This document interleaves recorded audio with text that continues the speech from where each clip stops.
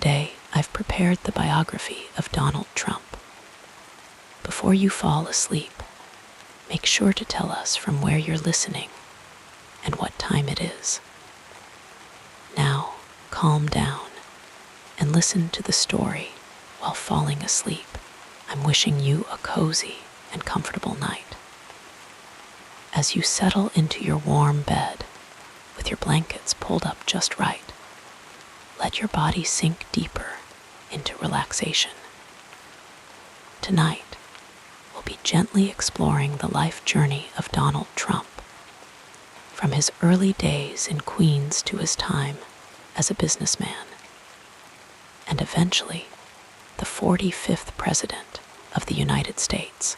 Let the soft rhythm of my voice carry you toward peaceful slumber as we unfold this American story. In the soft glow of a late spring evening in 1946, while the world was still adjusting to peace after the tumult of World War II, a baby boy named Donald John Trump drew his first breath, born on June 14th in the Queens borough of New York City. Little Donald entered a world that was rebuilding, restructuring, and reimagining itself. The post-war economic boom was just beginning to transform America, and the Trump family would ride this wave of prosperity in the decades to come. Donald was the fourth of 5 children born to Frederick Christ Trump and Mary Ann MacLeod Trump. His father, Fred, a successful real estate developer, had already established himself as a prominent builder in the outer boroughs of New York City. Fred's own story was one of American perseverance, being the son of German immigrants who had come to the United States seeking new opportunities. Fred had learned the building trade from the ground up, starting his career as a carpenter before gradually expanding into construction and real estate development. Donald's mother, Mary, had her own journey across the Atlantic. Born in the remote village of Tong on the Isle of Lewis in Scotland, she had sailed to America in 1930 at the tender age of 18, carrying with her the soft lilt of her Scottish accent and memories of the windswept Hebridean landscape. Elizabeth, Donald, and Robert. The Trump family home in Jamaica Estates, Queens, was a comfortable Tudor-style house on Midland Parkway. This affluent enclave provided a sheltered environment for young Donald, with tree-lined streets and stately homes that stood in contrast to the more modest neighborhoods where his father built apartments. The gentle rustle of maple trees outside his window would accompany Donald's childhood dreams as the changing seasons painted the neighborhood in different hues throughout the year. In this comfortable setting, Donald was known as an energetic child with a confident demeanor that sometimes bordered on mischievousness. His early education began at the Kew Forest School, a private school in Forest Hills, Queens, where he showed an early aptitude for sports and a strong competitive spirit. The rhythmic bounce of a baseball in the schoolyard, the cheerful calls of children at play, and the gentle guidance of his early teachers all formed the backdrop of these formative years. Yet, despite the privilege of his upbringing, Donald's childhood was shaped by his father's demanding nature. Fred Trump was a stern disciplinarian who instilled in his children the value of hard work and determination. "You are a king," Fred would tell his sons, words that echoed in young Donald's mind as he navigated childhood and adolescence. These lessons in ambition and resilience would later become central to Donald's approach to business and life. By the time Donald was 13, his parents had become concerned about his behavior. The gentle patience of childhood was giving way to a more assertive personality, and they decided that a more structured environment might help channel his energy. And so, in the autumn of 1959, as leaves turned golden and fell from the trees in Queens, Donald was sent to the New York Military Academy in Cornwall-on-Hudson. About 60 miles north of New York City, the Academy's campus, with its stately brick buildings and parade grounds, became Donald's home for the next 5 years. Here, amid the crisp routine of military discipline, the young teenager found an environment that both challenged and suited him. The rhythmic cadence of marching feet, the polished brass buttons on uniforms, and the clear hierarchy of command provided a framework that appealed to Donald's sense of order and authority. At the Academy, Donald thrived in this structured setting. He rose through the ranks to become a captain of students, participated in various sports, including football, baseball, and soccer, and developed the posture and bearing that would later become part of his recognizable presence. The soft morning mist rising over the Hudson River greeted cadets as they assembled for morning drills, and the changing seasons painted the surrounding highlands in gentle shades that contrasted with the regimented life within the Academy walls. During these teenage years, Donald would occasionally accompany his father on weekend visits to construction sites in Brooklyn and Queens. Fred Trump would walk through the buildings under construction, pointing out details of craftsmanship and design, teaching his son the family business from the ground up. The scent of fresh lumber, the sound of hammers in the distance, and the sight of buildings slowly taking shape provided practical lessons that no classroom could match. These quiet moments between father and son, amid the dust and promise of new developments, planted seeds of knowledge that would later bloom in Donald's own career. After graduating from the military academy in 1964, Donald's educational journey continued at Fordham University in the Bronx, where he spent 2 years before transferring to the Wharton School of Finance and Commerce at the University of Pennsylvania. The gentle rustle of autumn leaves on the historic campus, the measured discussions in wood-paneled classrooms, and the ambitious dreams of young business students created an atmosphere where Donald could envision his future in the world of real estate and finance. During his college years, Donald remained connected to the family business. While other students might have spent their summers in leisurely pursuits, Donald was learning the practical aspects of property management and development. He would later recall how he would collect rent in some of his father's buildings in Brooklyn, experiences that taught him about the human dimension of the real estate business, the quiet conversations with tenants, the careful counting of cash and checks, and the gradual understanding of property values, all contributed to his growing knowledge of the field he would later enter after graduating from Wharton in 1968 with a degree in economics. Donald returned to New York and officially joined his father's company, E. Trump and Son. The company specialized in middle-income rental housing in the outer boroughs of New York City.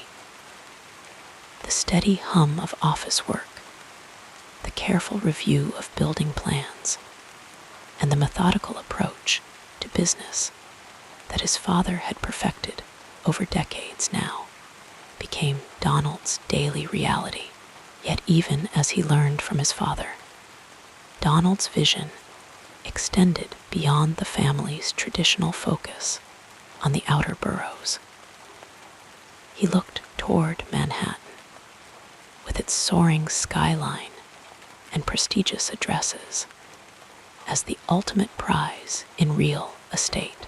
The glittering lights of the city across the East River beckoned to him, promising opportunities that aligned with his growing ambitions. The early 1970s marked a transitional period in Donald's life and career. New York City was experiencing financial difficulties, with declining property values and rising crime rates, creating both challenges and opportunities in the real estate market. The gentle rhythm of change that had characterized the post-war boom was giving way to a more uncertain tempo. But within this uncertainty, the young Trump saw potential. In 1971, Donald moved into a studio apartment in Manhattan, a small but significant step toward independence. The soft glow of city lights streaming through his window at night, and the distant sounds of traffic below created the soundtrack for his dreams of making his mark on the greatest city in the world. While still working with his father's company, he began to establish his own identity and connections in Manhattan's competitive real estate world. During this period, Donald also began to develop the personal style and presence that would later become his trademark. His tailored suits, carefully styled hair, and confident manner helped him stand out in meetings and social gatherings. The quiet attention to detail in his appearance reflected his understanding that in the world of high-stakes real estate, perception often shaped reality.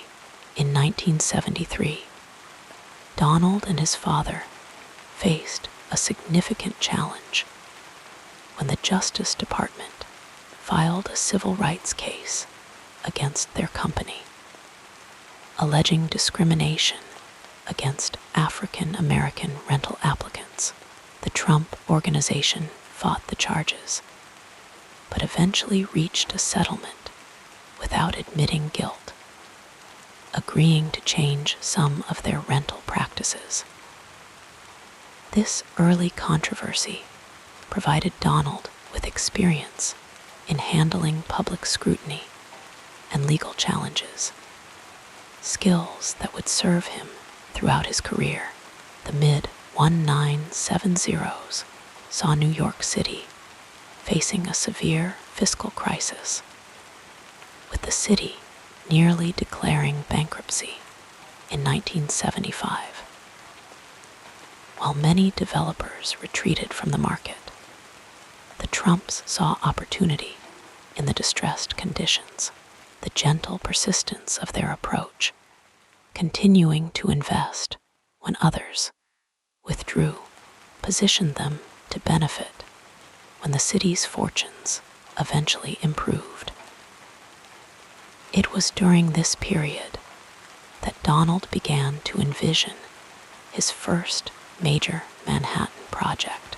The Commodore Hotel near Grand Central Terminal had fallen into disrepair, mirroring the decline of the surrounding area. Where others saw decay, Donald saw potential. The soft whisper of possibility amid the faded grandeur of the old hotel inspired him to pursue what would become a transformative project.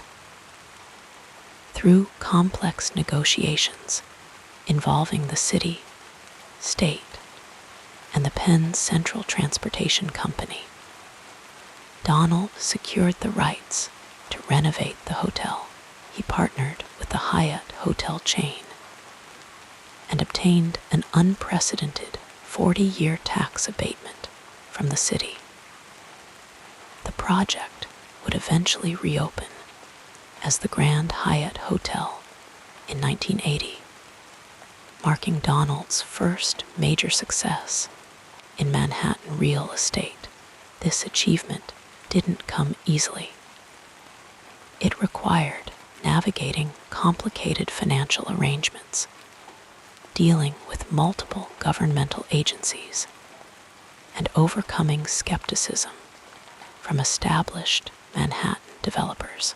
The quiet determination that Donald had learned from his father, combined with his own flair for promotion and negotiation, helped him overcome these obstacles. Throughout these early years of his career, Donald's personal life was also evolving. In 1977, he married Ivana Zelnichkova, a Czech model and athlete. Ivanka and Eric.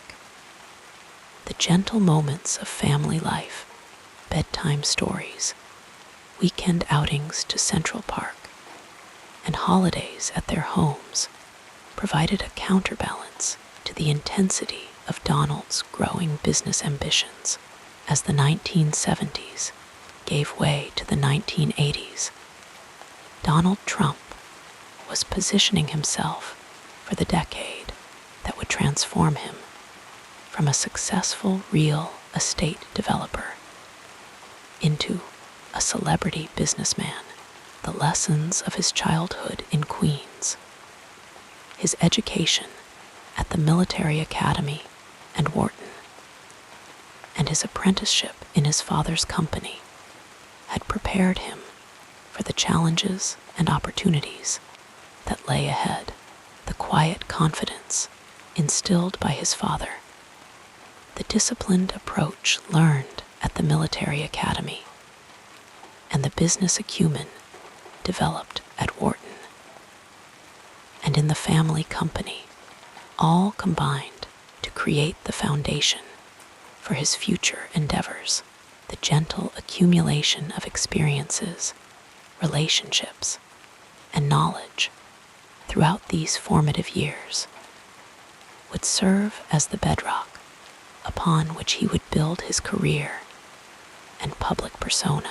As we drift with these memories of Donald Trump's early years, we can imagine the young boy from Queens looking out at the Manhattan skyline, dreaming of the mark he would one day make on that iconic collection of buildings. The soft ambition of youth, nurtured by family influence and educational opportunity, was beginning its transformation into the determined drive that would characterize his adult life.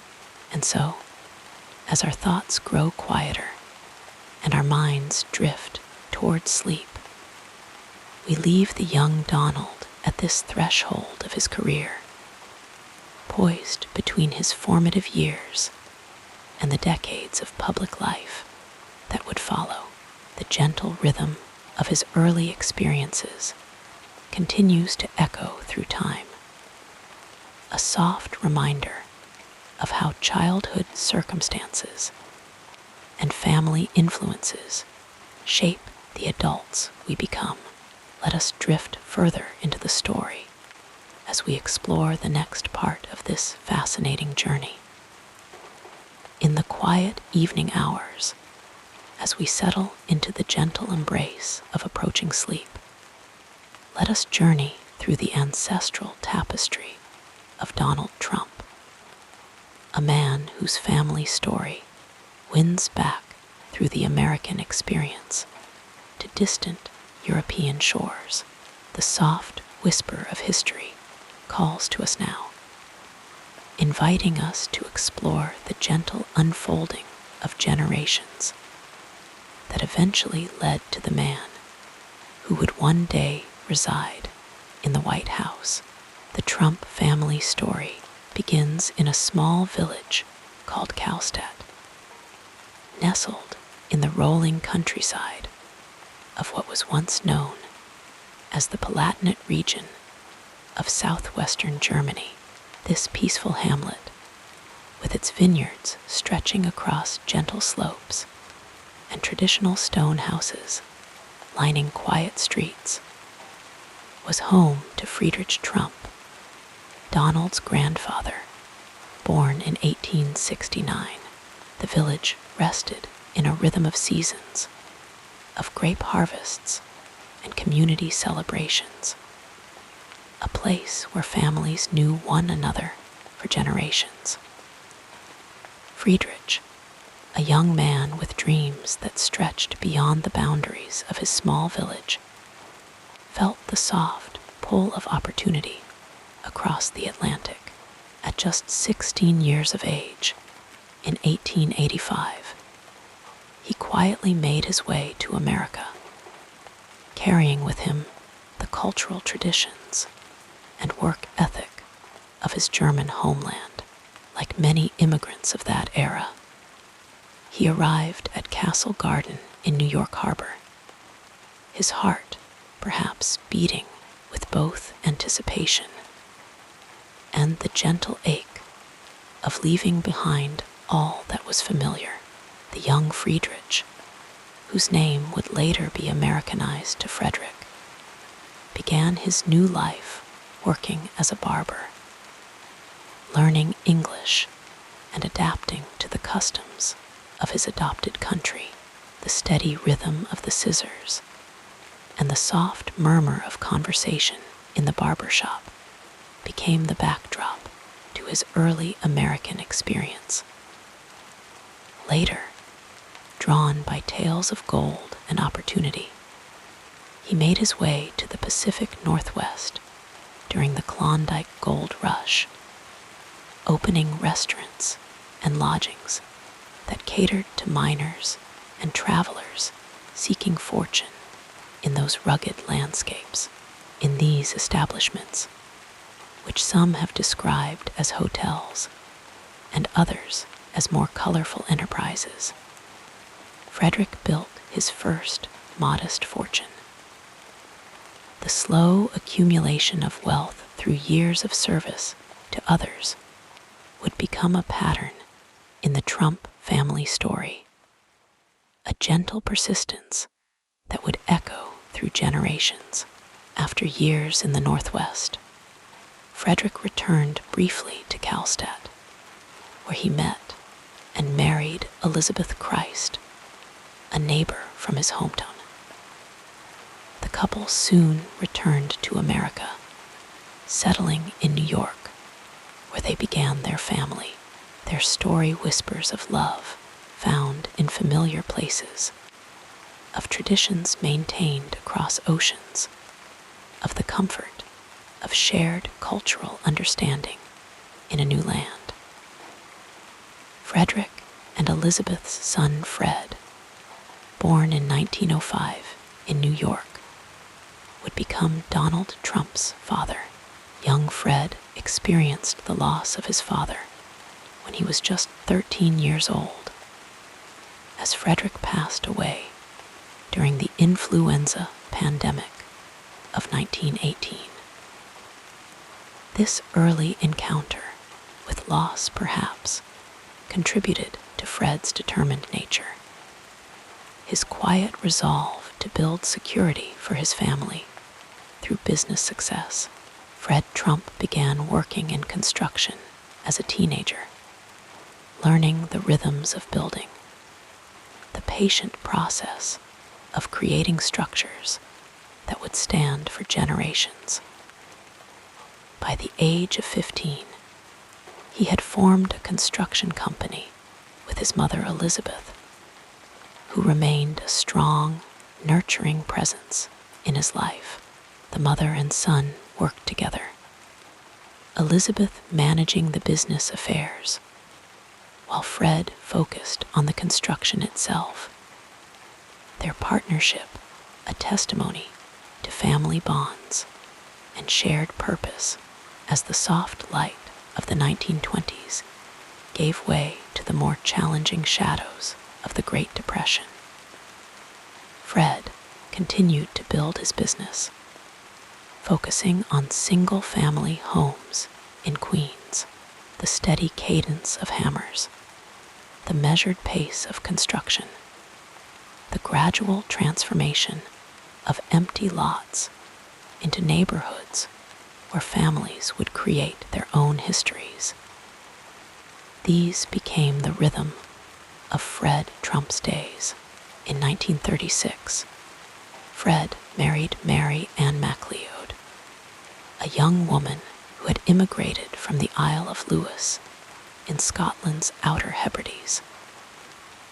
Mary had arrived in America in 1930, leaving behind the windswept beauty of her remote island home with its ancient stone circles and Gaelic traditions.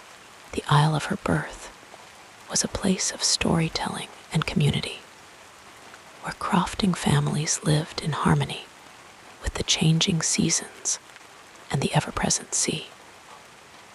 Mary brought with her the gentle resilience of islanders, people accustomed to finding joy and meaning in simple pleasures, to creating warmth and light even during the long, dark northern winters.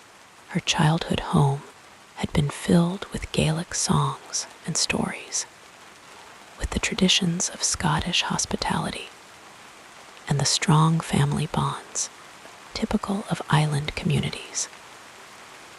These influences would subtly shape the household she created with Fred in Queens, New York.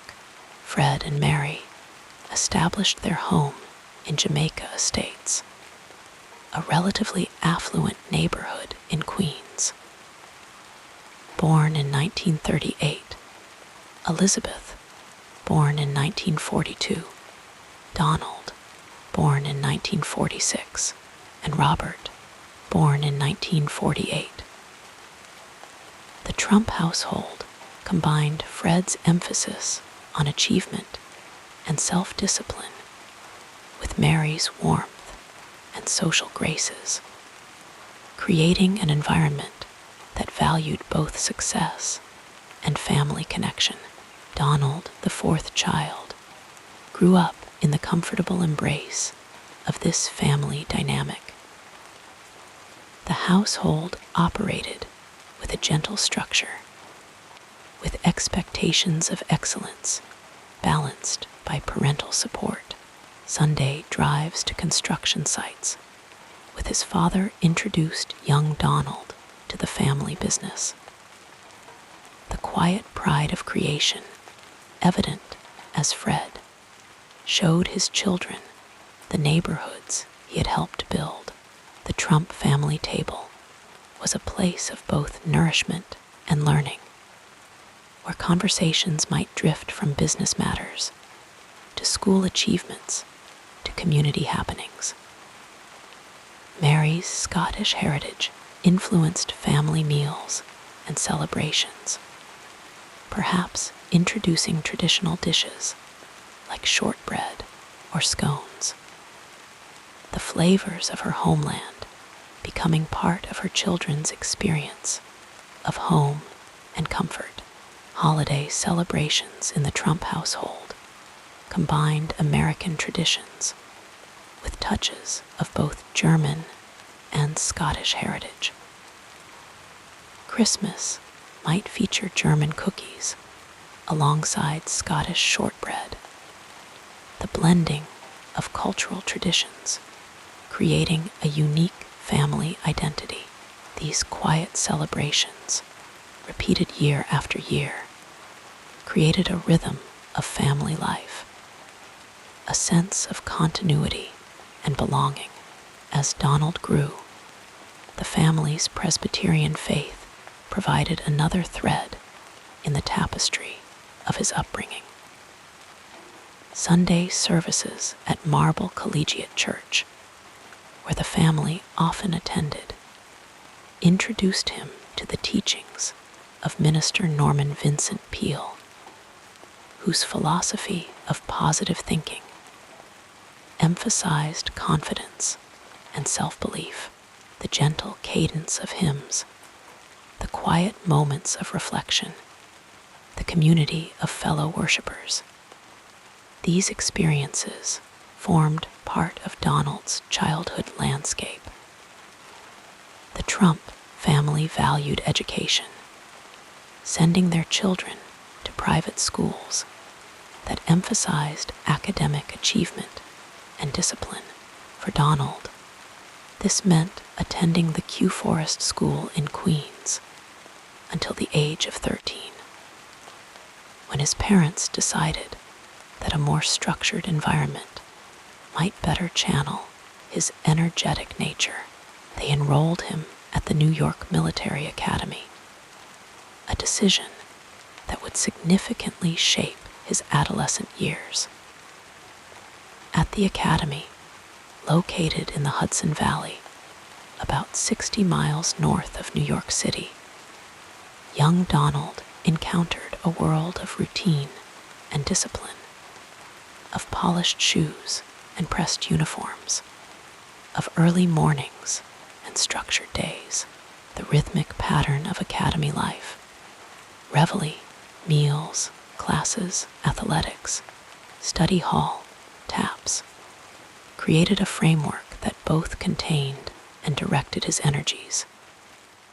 Here, he excelled in sports, particularly baseball, finding satisfaction in the measured pace of the game, the strategic thinking it required, the balance of individual achievement and team effort.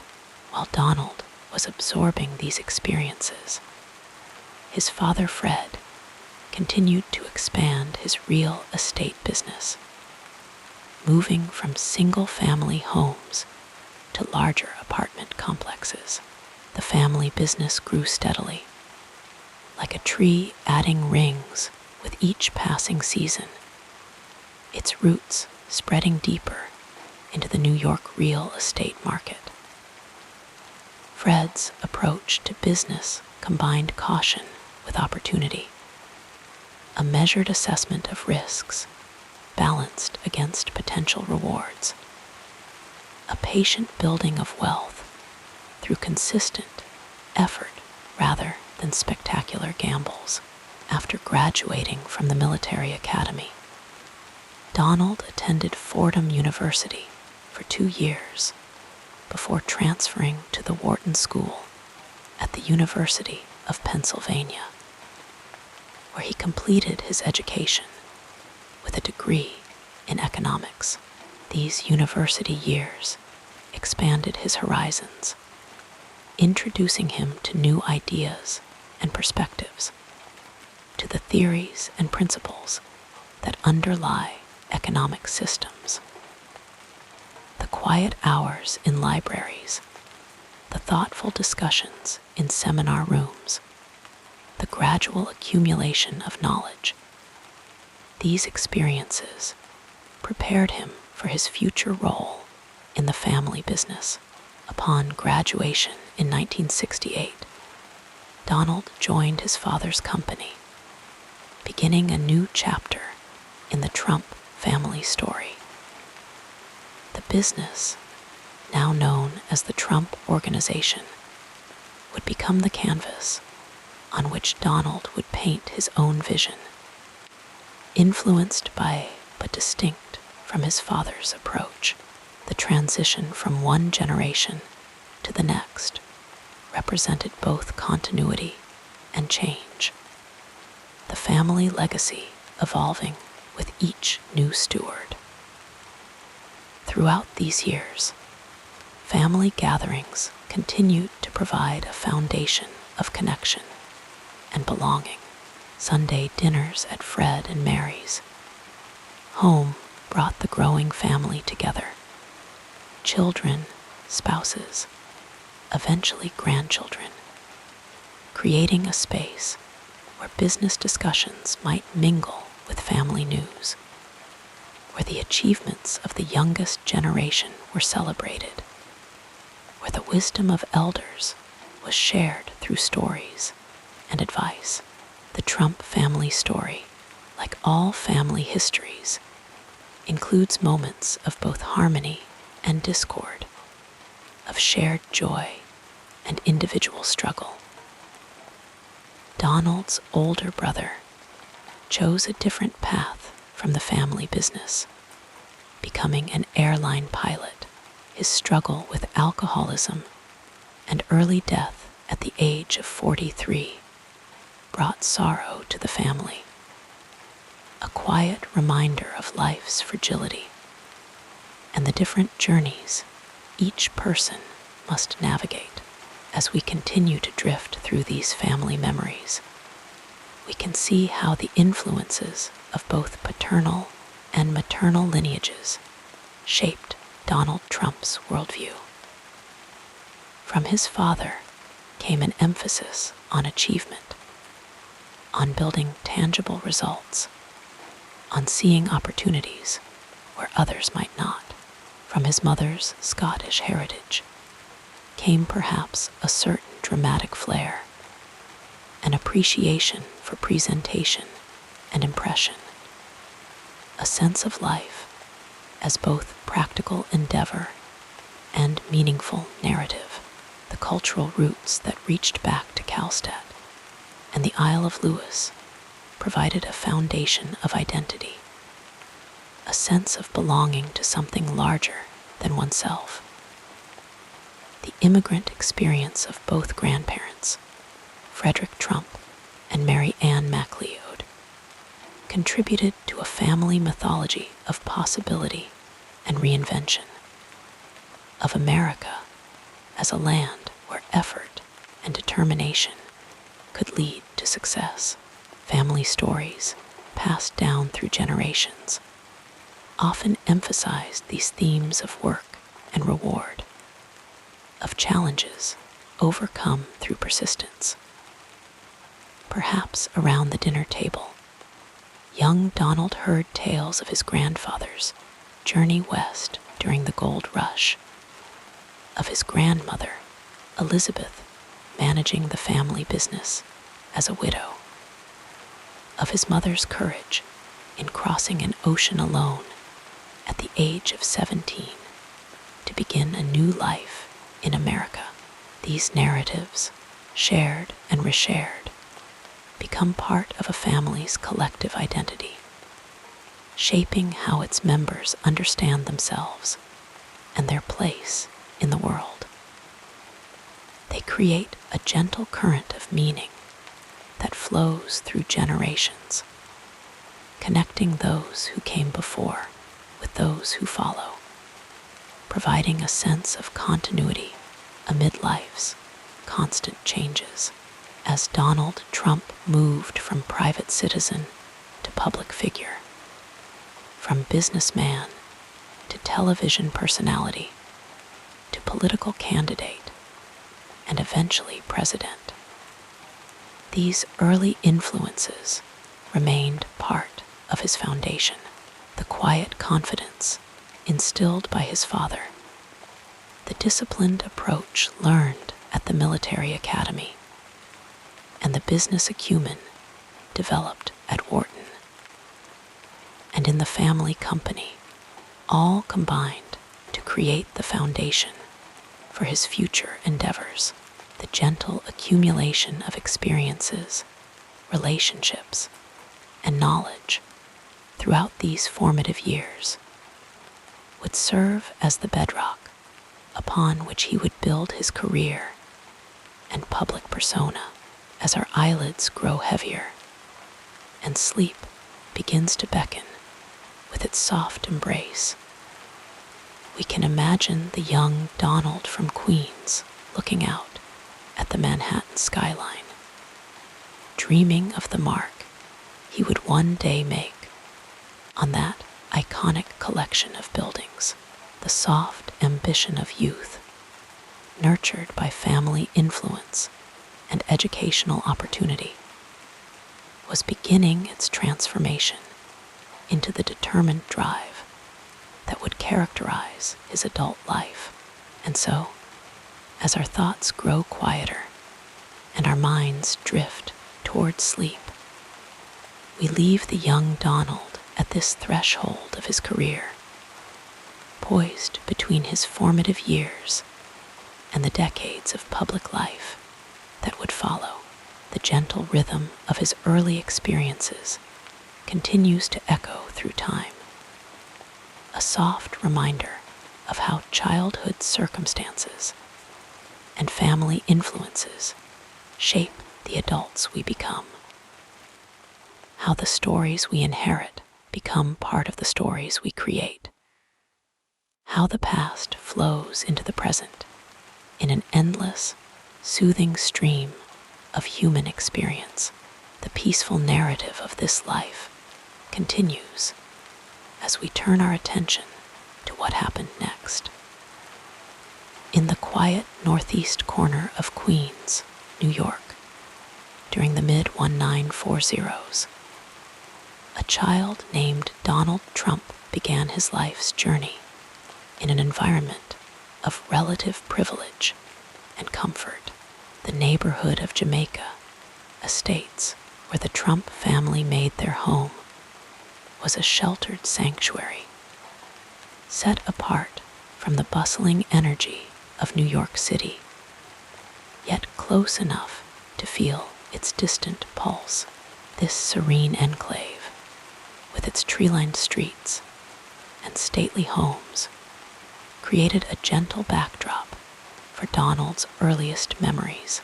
The Trump family home at 8515 Wareham Place was a spacious, red brick Tudor-style house with white trim and a slate roof that caught the golden light of morning in a way that made it seem to glow softly. The house stood proudly among similar well-appointed homes, all nestled together like sleepy sentinels watching over the peaceful neighborhood. 23 rooms spread across this comfortable dwelling, providing ample space for Donald and his 4 siblings to grow and explore within its protective walls. Outside, the gardens surrounding the home were meticulously maintained, with velvety grass that felt cool and refreshing beneath bare feet on summer mornings. Mature trees cast dappled shadows across the lawn, their leaves whispering softly in the gentle breezes that flowed through Jamaica Estates. The neighborhood itself was a tapestry of similar gardens, creating a continuous green space that seemed to breathe with the seasons, changing from the tender pastels of spring to the rich, warm hues of autumn. The sounds of this childhood world were gentle and reassuring. Birds called to one another from the branches of oak and maple trees. The distant hum of lawnmowers on weekend mornings created a drowsy soundtrack to summer days. The soft crunch of tires on pavement as neighbors returned home in the evening, added a rhythmic punctuation to the closing of each day. Inside the Trump home, the murmur of adult conversations drifted up stairways, mixing with the occasional laughter of children at play, creating a soothing domestic symphony.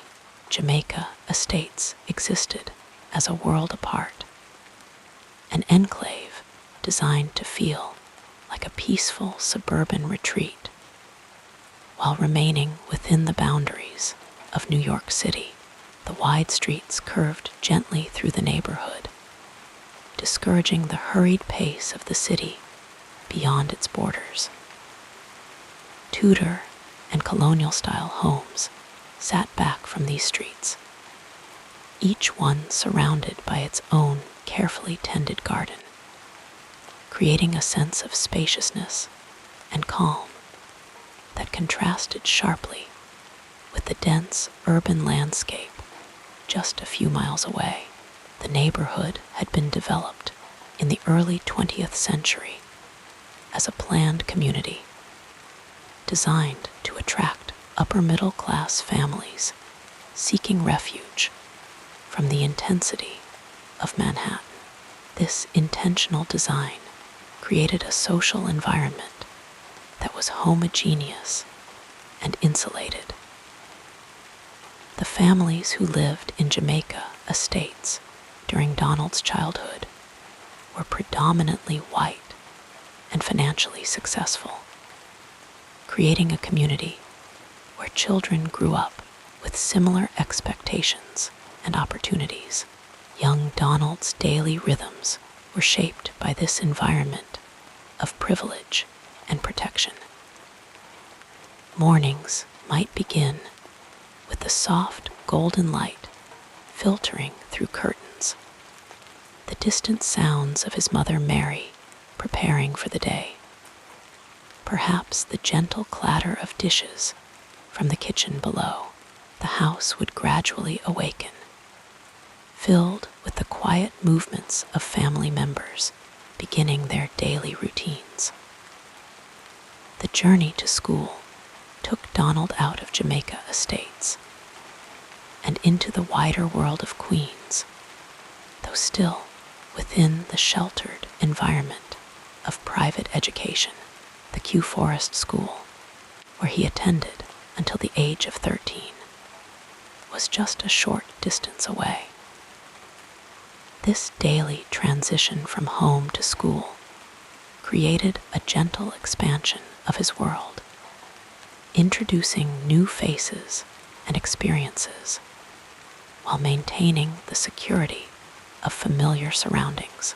The seasons flowed one into another, each bringing its own sensory experiences to this childhood landscape. Spring arrived with the soft pink blossoms of dogwood trees and the sweet scent of newly cut grass. Summer brought warm evenings when neighborhood children might play outdoors until the streetlights flickered on, signaling time to return home. Autumn painted the trees in rich amber and crimson, their leaves eventually drifting down to create crunchy carpets underfoot. Winter transformed Jamaica Estates into a hushed wonderland when snow fell, muffling sounds and creating a peaceful blanket across lawns and rooftops. Within this physical environment, the social world of the Trump family created another layer of influence on young Donald's development. His father, Fred Trump, was a successful real estate developer whose work ethic and business acumen cast a long shadow.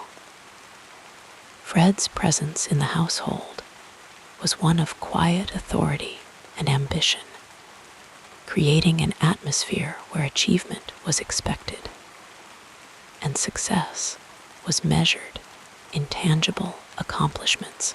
Mary Trump Donald's mother, brought different qualities to the family dynamic. Born in Scotland, she carried with her certain old-world sensibilities and a sense of formality that influenced the household atmosphere. Her attention to appearances and social niceties helped shape the family's interactions with the wider community of Jamaica estates.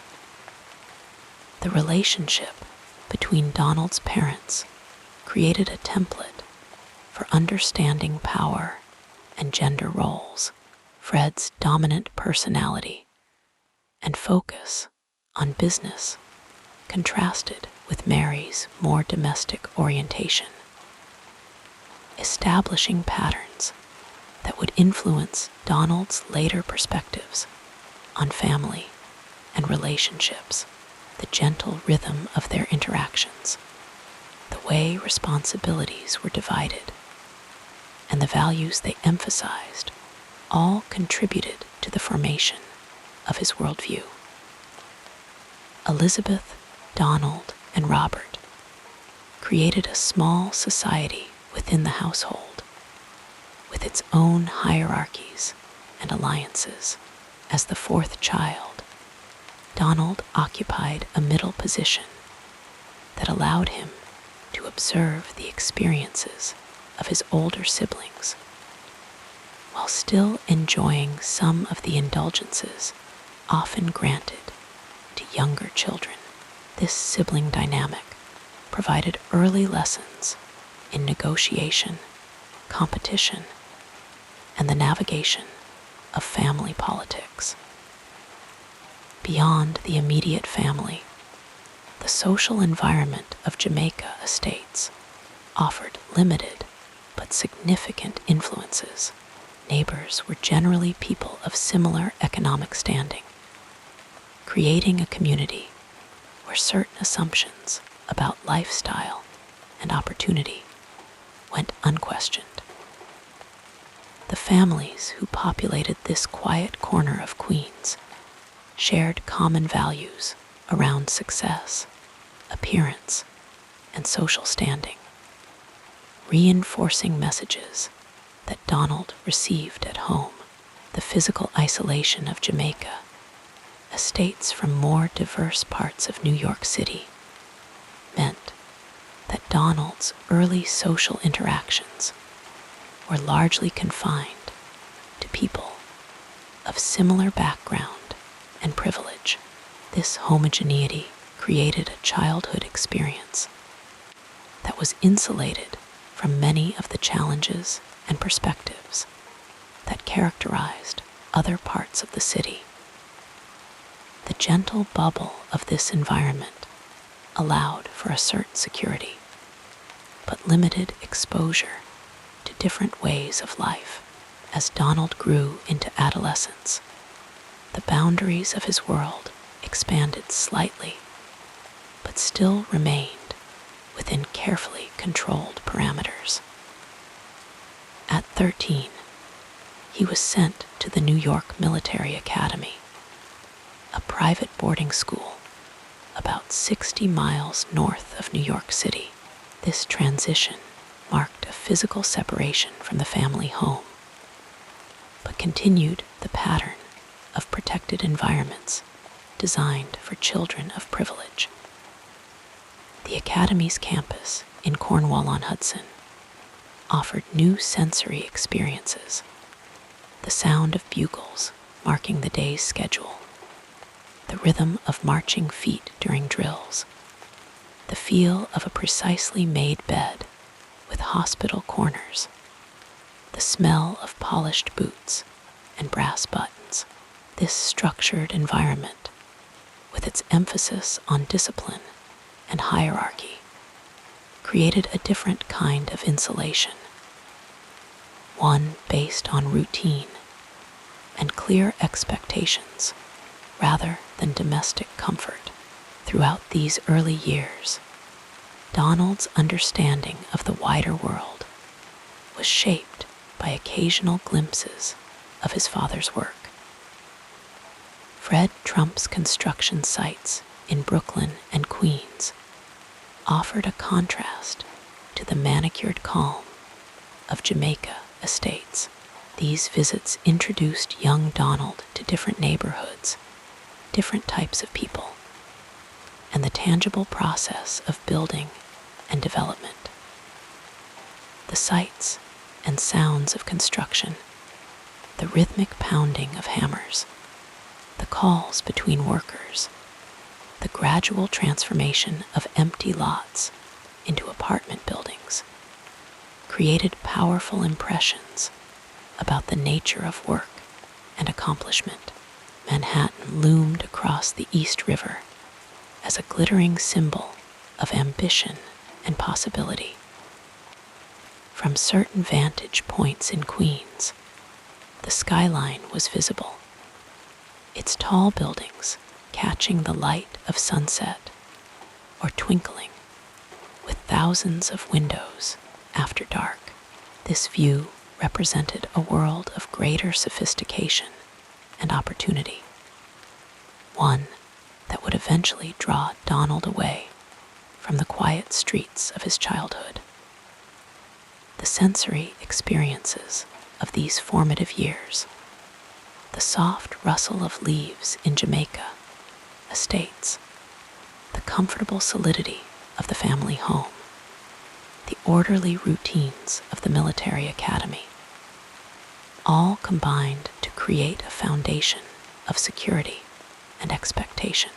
Donald grew up in environments where physical comfort was assured and where social structures reinforced certain values around success, appearance, and status. The rhythm of these early years flowed like a gentle stream, carrying young Donald from the protected spaces of childhood toward the broader horizons of adulthood.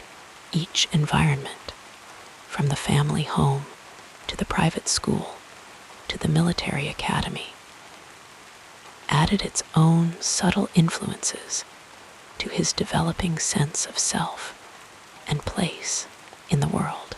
As evening shadows lengthened across the lawns of Jamaica estates, as lights began to glow in windows and families gathered for dinner, the daily patterns of this privileged childhood reinforced messages about belonging and separation, about inside and outside, about the familiar and the foreign. The soft boundaries of this world created a sense of safety, but also established expectations about where one belonged and where one did not. The gentle accumulation of these experiences, physical, social, sensory, created the foundation upon which Donald Trump would build his understanding of the world. The comfortable rooms of the family home, the orderly pathways of the military academy, the tree-lined streets of Jamaica estates. All these spaces contributed their quiet influence to the person he would become. As we drift toward sleep, we might imagine the young Donald looking out from the shelter of these privileged spaces toward the Manhattan skyline, feeling the first stirrings of ambition that would eventually draw him toward that glittering horizon. The soft certainties of childhood would gradually give way to the more complex realities of adulthood. But the imprint of these early environments would remain, shaping his responses to new challenges and opportunities. The physical and social landscape of Donald Trump's childhood created a world of gentle protection and privilege, a world where certain paths seemed natural and assured. As our thoughts grow quieter and our minds prepare for sleep, we can see how these early influences laid the groundwork for the man he would become. How the sheltered streets of Jamaica, estates opened eventually onto the wider avenues of American business and politics. How the quiet certainties of childhood evolved into the more complex convictions of adulthood. And so, as sleep begins to envelop us in its soft embrace, we leave the young Donald at the threshold between these formative years and the decades of public life that would follow, carrying with him the invisible imprint of these early environments, these quiet streets, these comfortable rooms, these gentle certainties that shaped his earliest understanding of himself and his place in the world. As you relax deeper, let us now softly explore the next chapter of this soothing biography. As we drift toward sleep, we might imagine the young Donald looking out from the shelter of these privileged spaces toward the Manhattan skyline, feeling the first stirrings of ambition that would eventually draw him toward that glittering horizon. The soft certainties of childhood would gradually give way to the more complex realities of adulthood. But the imprint of these early environments would remain, shaping his responses to new challenges and opportunities. The educational journey of Donald Trump began in a gentle rhythm of privilege and structure. At the tender age of 13, his parents enrolled him at the New York Military Academy, a private boarding school nestled in the verdant Hudson Valley. Picture the young Donald, his hair catching the golden afternoon light as he arrived at the campus, with its stately buildings and manicured grounds. The academy's disciplined environment wrapped around him like a firm but protective blanket, providing boundaries that would shape his developing sense of order and hierarchy. The soft sounds of bugle calls marked the passing hours at the academy, where young Donald would rise with the morning light and follow the carefully orchestrated routines that structured each day. In these formative years, as the seasons slowly turned from autumn's amber glow to winter's hushed snowfalls, from spring's tender green to summer's languid warmth, Donald absorbed the academy's emphasis on leadership, competition, and achievement. The gentle but persistent drumbeat of military discipline became the backdrop to his adolescence, a soothing rhythm that nonetheless instilled in him a certain rigidity of thought and expectation. At the academy, Donald's athletic abilities blossomed like flowers opening to the sun. Baseball, football, soccer. The young man moved through these activities with a natural grace that brought him recognition and praise. The soft thud of a baseball into a leather glove, the distant cheers of spectators on cool autumn afternoons. These sensory memories would stay with him, creating a lasting association between physical prowess and personal worth. Academic achievements came to him as well, though perhaps not with the same effortless quality as his athletic successes. Still, he absorbed the curriculum like soil absorbs rain, taking in the knowledge that would serve as foundation for his later endeavors. The academy named him a captain in his senior year, a gentle accolade that nonetheless carried weight in that structured world. A soft recognition of his emerging leadership qualities as the pages of time turned with the unhurried pace of clouds drifting across a summer sky. Donald's educational path led him next to Fordham University in the Bronx. Imagine him there for 2 quiet years, moving between Gothic buildings where sunlight filtered through leaded windows onto worn stone floors. The soft murmur of lectures, the rustle of pages turning in unison, the distant sounds of campus life creating a gentle backdrop to his studies in business administration after these 2 years at Fordham. Like a river finding a new channel, Donald transferred to the Wharton School of Finance and Commerce at the University of Pennsylvania. This prestigious institution welcomed him into its fold in 1966, a time when autumn leaves would have been drifting down onto the pathways of the campus, creating a soft, crackling carpet beneath the feet of students hurrying to classes. At Wharton, Donald's educational experience deepened and expanded like a slow exhalation.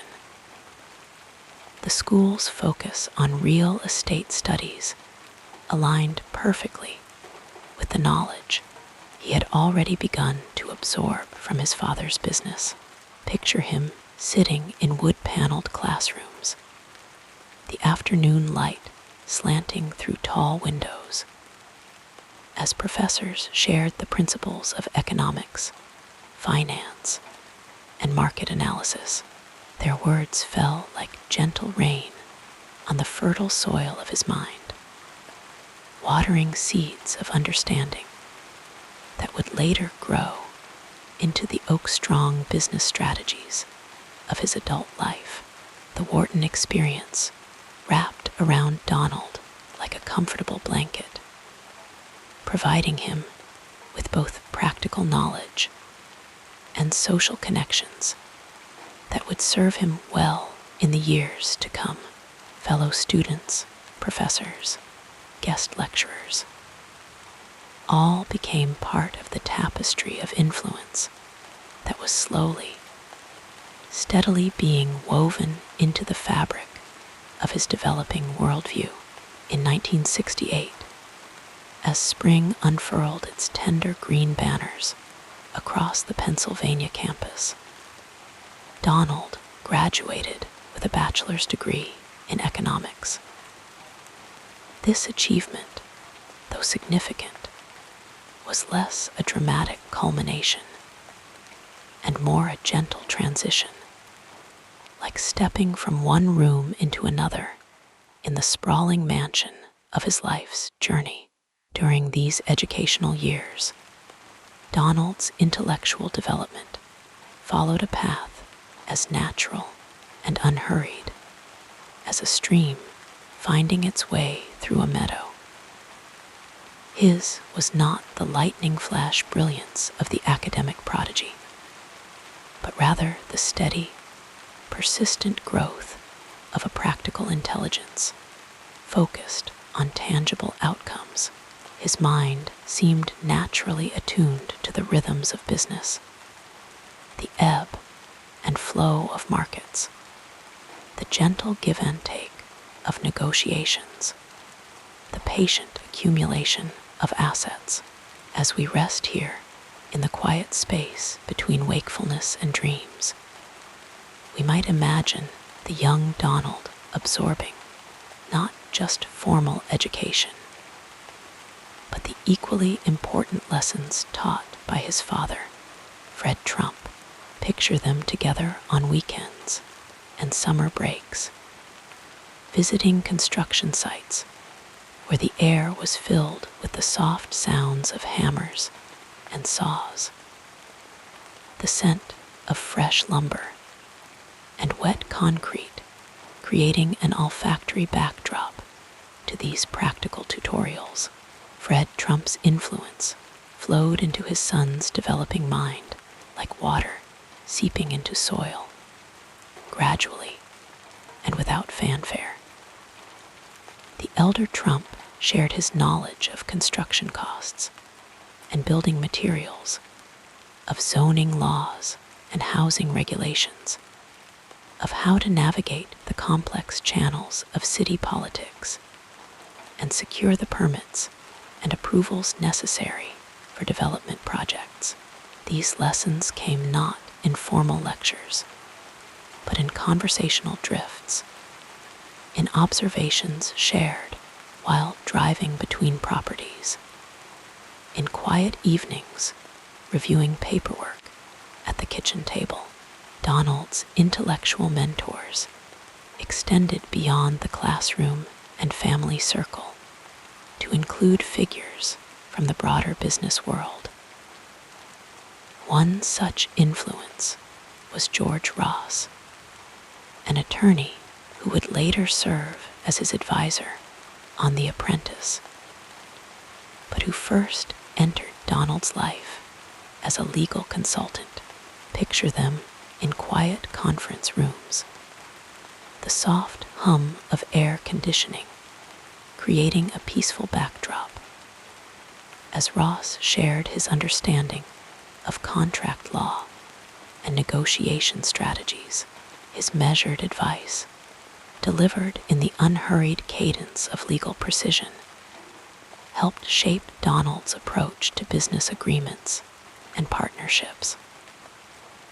Another significant influence was Roy Cohn, a lawyer known for his aggressive tactics and extensive connections. Their relationship was like a slow-burning fire, warming Donald's understanding of how power operates in the interconnected worlds of business, media, and politics. Imagine them dining in the hushed atmosphere of exclusive Manhattan restaurants. The soft clink of silverware and crystal, creating a gentle soundtrack to conversations that would help form Donald's understanding of how to leverage publicity and manage public perception. The formation of Donald Trump's business philosophy occurred not in sudden epiphanies, but in the gradual accumulation of experiences and influences, like sediment slowly building up to form new land. His father's focus on outer borough housing developments provided one model of real estate success: practical, profitable, but perhaps lacking the glamour and visibility that the younger Trump would come to crave. As we drift closer to sleep, we might envision Donald in moments of quiet contemplation, perhaps standing at the window of his apartment, gazing out at the Manhattan skyline as twilight softens its hard edges. In these private moments, his ambitions were taking shape, forming themselves around the glittering prizes of Manhattan real estate. Not just the profit potential, but the prestige, the visibility, the status that would come with making his mark on the world's most famous skyline. The development of Donald Trump's distinctive approach to business and self-promotion unfolded with the unhurried pace of a garden coming into bloom. His early achievements, though significant, were like the first tender shoots breaking through soil promising, but not yet revealing the full pattern of what would grow from them.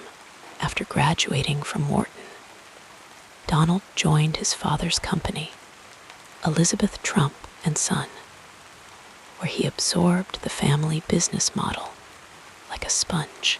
taking in water, but even as he learned the fundamentals of real estate development within this protective environment, his gaze was already turning toward the gleaming towers of Manhattan, where bigger stakes and greater recognition awaited his first major Manhattan project, the transformation of the declining Commodore Hotel into the Grand Hyatt, revealed the emerging outlines of his business approach. Picture the young Donald walking through the faded grandeur of the old hotel, seeing not what was, but what could be. His mind gently erasing the worn carpets and outdated fixtures, replacing them with visions of gleaming marble and soaring atriums. This capacity for reimagining spaces, for seeing potential where others saw only decay, would become one of his defining characteristics as a developer.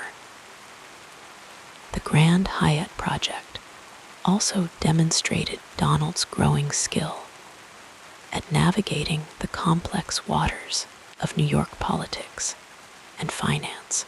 Like a patient fisherman, he cast his lines into these waters, securing tax abatements from the city and favorable financing terms that made the project viable. These early negotiations, conducted in quiet meeting rooms where the soft rustle of papers and murmur of voices created a gentle backdrop to the serious business at hand, helped shape his understanding of how to leverage public resources for private development. As Donald's business career unfolded through the 1970s and into the 1980s, his approach to publicity and self-promotion developed like a photograph, slowly coming into focus. Unlike his more reserved father, Donald seemed naturally drawn to the spotlight, understanding instinctively that in the Manhattan real estate world, perception could create reality. His cultivation of relationships with journalists, particularly those covering the real estate beat for New York publications, was like the careful tending of a garden. Regular attention, the right balance of giving and taking, creating conditions where favorable coverage could flourish. The publication of his book, The Art of the Deal, in 1987, marked a gentle watershed in Donald's public persona, transforming him from a local real estate figure to a national symbol of entrepreneurial success. Co-written with journalist Tony Schwartz, the book presented Donald's business philosophy in accessible, engaging terms. Imagine him dictating his thoughts to Schwartz in the hushed comfort of his office, the city spread out below them, as he shared stories of deals made and obstacles overcome, his voice rising and falling with the natural cadence of a born storyteller. Through all these years of education and early achievement, certain consistent themes emerged in Donald Trump's approach to business and life. Like recurring motifs in a piece of music, there was his preference for bold, visually striking designs that would capture attention and create instant recognition. There was his instinct for branding, for putting his name on his creations in large, unmistakable letters.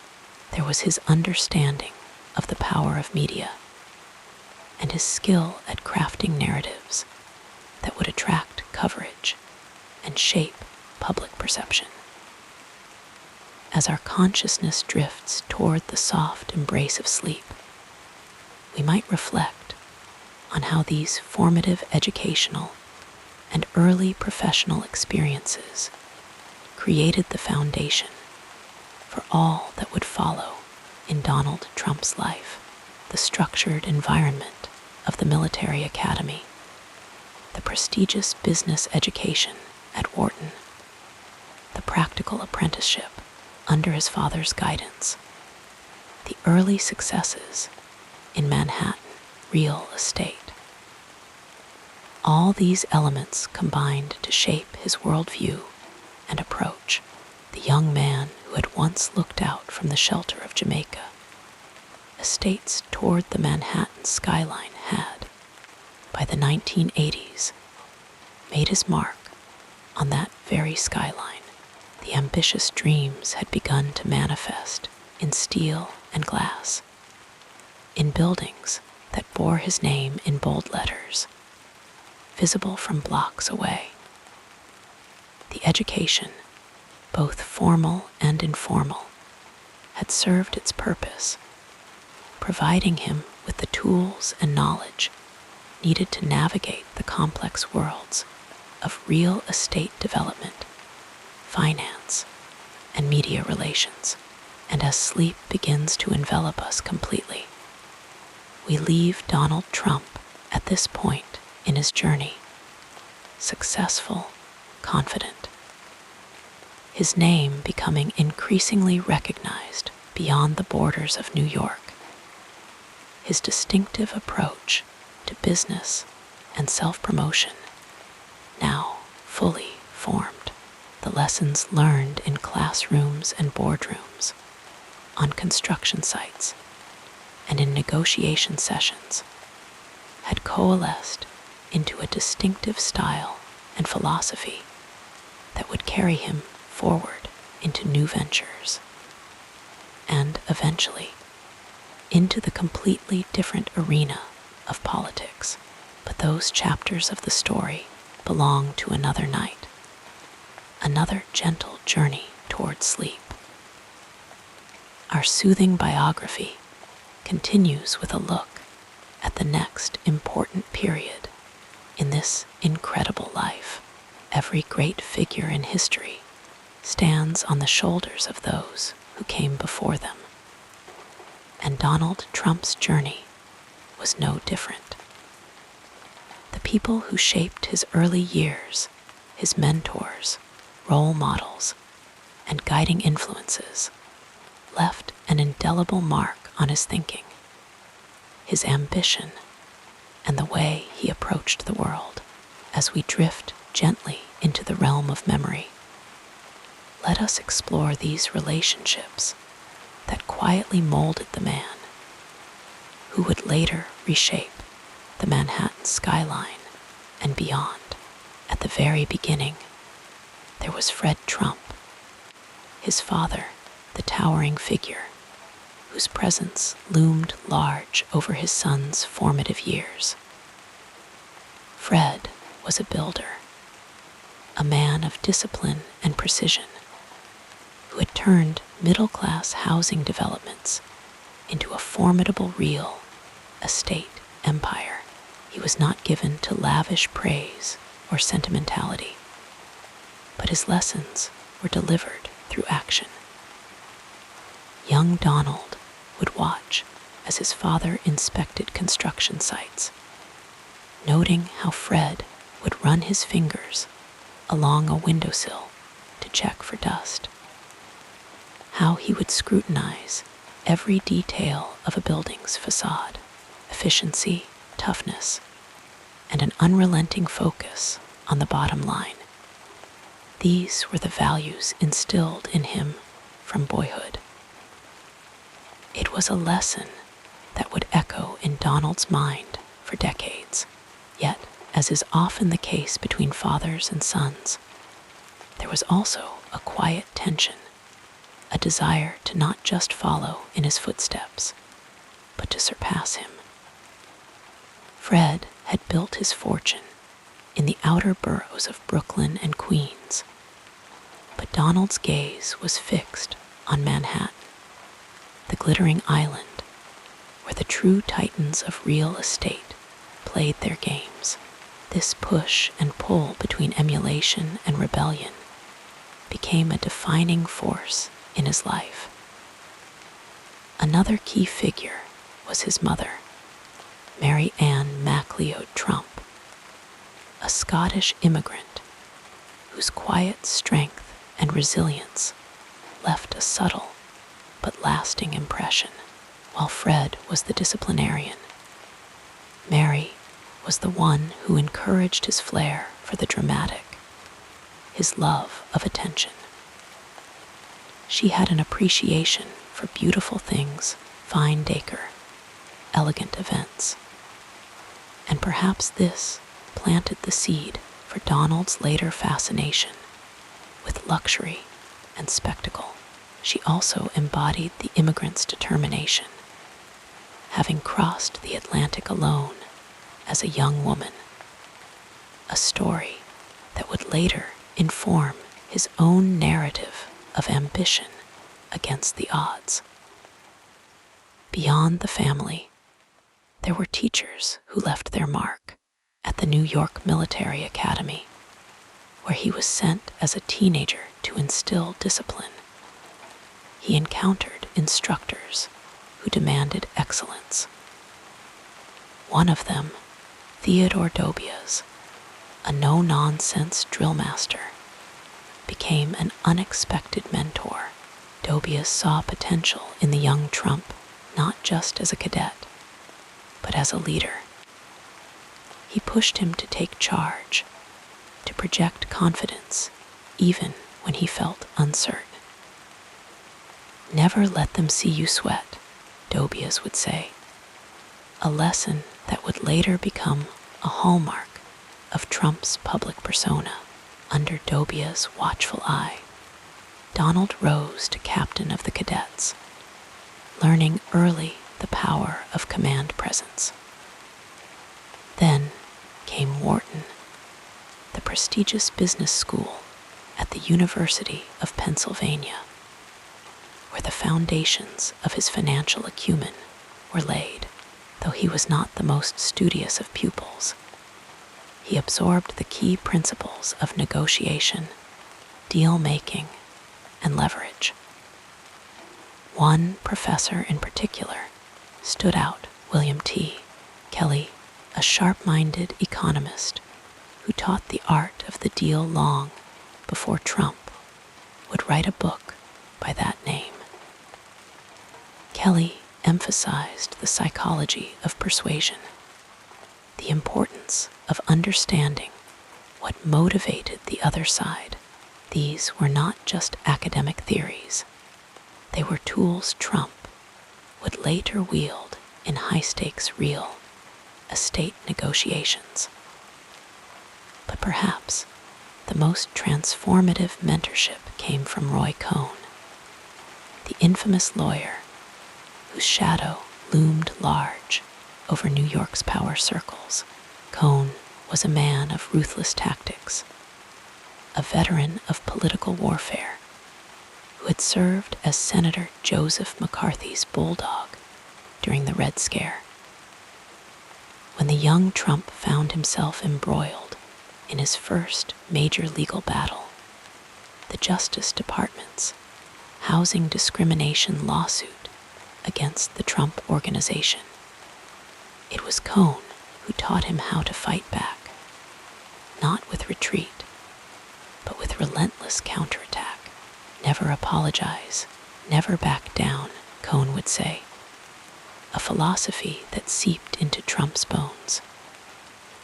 Their relationship was complex, part legal counsel, part political tutor.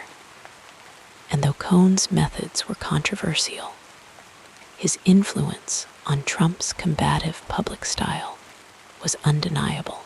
There were others, too, who shaped his worldview in quieter ways.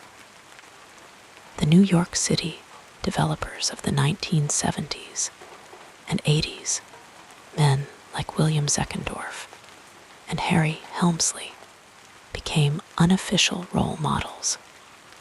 showing him how to navigate the cutthroat world of Manhattan real estate. He watched as they played the media, how they turned their names into brands, and he took notes. Even celebrities like Frank Sinatra, whom he admired not just for his talent, but for his ability to command a room, left an impression. As the years passed, these relationships evolved. Some, like Cohn's, ended in estrangement as the lawyer's health failed. Others, like his father's, mellowed into mutual respect as Donald proved he could carve his own path while still honoring the family legacy. What remained constant was the way these influences wove themselves into the fabric of his decision-making, his leadership style, and his unshakable belief in the power of boldness. And now, as the edges of consciousness grow soft and the weight of sleep settles in, we can reflect on how these mentors, each in their own way, helped shape the man who would become a defining figure of his era.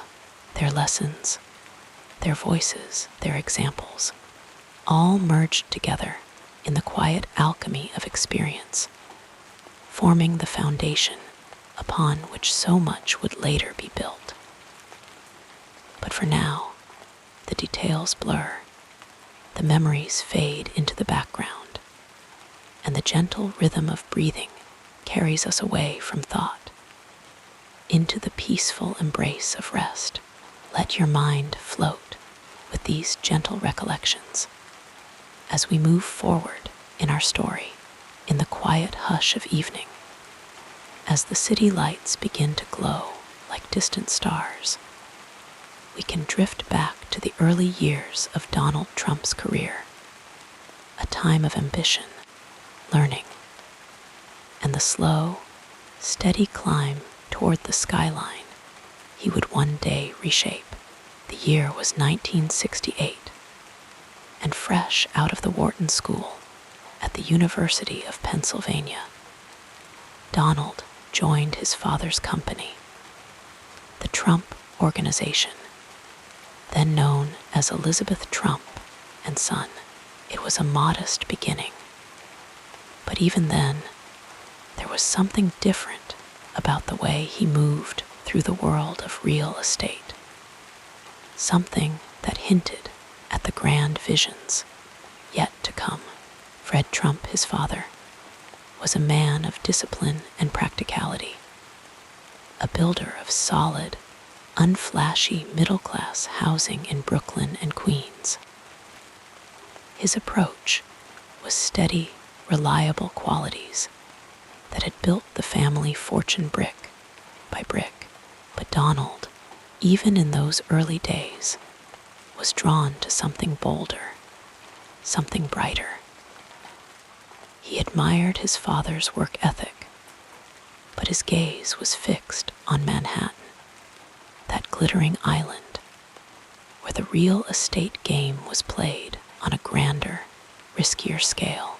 His first major project was a renovation of the Swifton Village apartment complex in Cincinnati, Ohio.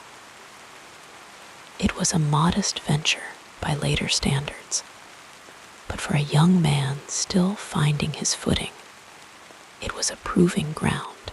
He learned the art of negotiation, the importance of timing, and the delicate balance between risk and reward. The project turned a profit, and though it was far from the towering achievements of his future, it gave him confidence, a quiet assurance that he could step beyond the shadow of his father's name and make his own mark. By the mid-1970s, Manhattan was calling. The city was in financial turmoil, its streets shadowed by bankruptcy fears and decay. But where others saw crisis, Donald saw opportunity. He understood that in the chaos of a struggling city, there were deals to be made, properties to be acquired at prices far below their potential. His first major breakthrough came with the Commodore Hotel, a faded relic next to Grand Central Terminal. The building was crumbling, its glory days long past. But Donald saw something else, a chance to transform it into something grand, something that would bear his name. It was a complex deal, requiring patience, persuasion, and the kind of political maneuvering that would become one of his trademarks. He worked closely with the city, securing tax abatements that made the project feasible. He partnered with the Hyatt Corporation, bringing a trusted name to the venture, and perhaps most importantly, he convinced lenders to take a chance on him. A young developer with big dreams, but limited experience in Manhattan's cutthroat market. The result was the Grand Hyatt, a gleaming modern hotel that opened in 1980, a symbol of rebirth, not just for the building itself, but for Donald's career. Around this time, another project was taking shape in his mind, one that would become synonymous with his name, Trump Tower. The site was a former department store on Fifth Avenue, a prime location in the heart of Manhattan. The vision was audacious, a gleaming, mixed-use skyscraper with luxury condominiums, high-end retail, and an atrium so grand it would feel like stepping into another world. The challenges were immense. Zoning laws, construction delays, and the sheer scale of the project tested his resolve at every turn. But he pushed forward, working closely with architect Dare Scott to create a design that was as bold as it was elegant. The construction itself was a spectacle. Workers carved through bedrock, poured concrete, and hoisted steel beams into place, all under the watchful eye of a man who demanded perfection. The atrium, with its waterfall and pink marble, became an instant landmark, a statement of opulence in a city that thrived on excess. When Trump Tower opened in 1983, it was more than just a building. It was a declaration. Donald Trump had arrived, and he had done it on his own terms. Throughout these years, he surrounded himself with a mix of seasoned professionals and loyal allies. Roy Cohn, the sharp-elbowed lawyer, remained a mentor, teaching him the art of the counterattack in both business and the press.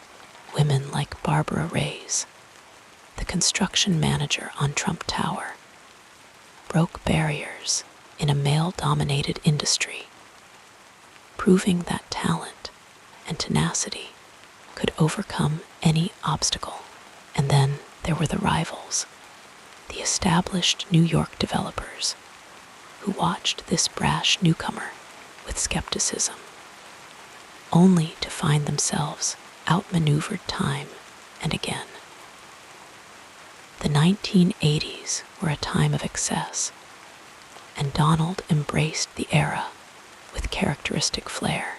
He bought the New Jersey Generals of the short-lived United States Football League, dreaming of taking on the NFL. Though the venture ultimately failed, it showed his willingness to take big swings, to bet on himself even when the odds were long. He expanded his real estate empire, acquiring properties like the Plaza Hotel, a crown jewel of New York's hospitality scene. And always, always, he cultivated his public persona, appearing on talk shows, granting interviews, and turning his name into a brand that stood for luxury, success, and the unshakable belief that anything was possible. But for all the triumphs, there were setbacks. The real estate market crashed in the late 1980s, leaving many developers in ruin.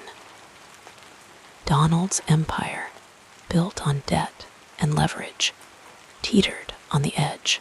Banks called in loans, projects stalled, and for the first time, the invincible image he had cultivated seemed fragile.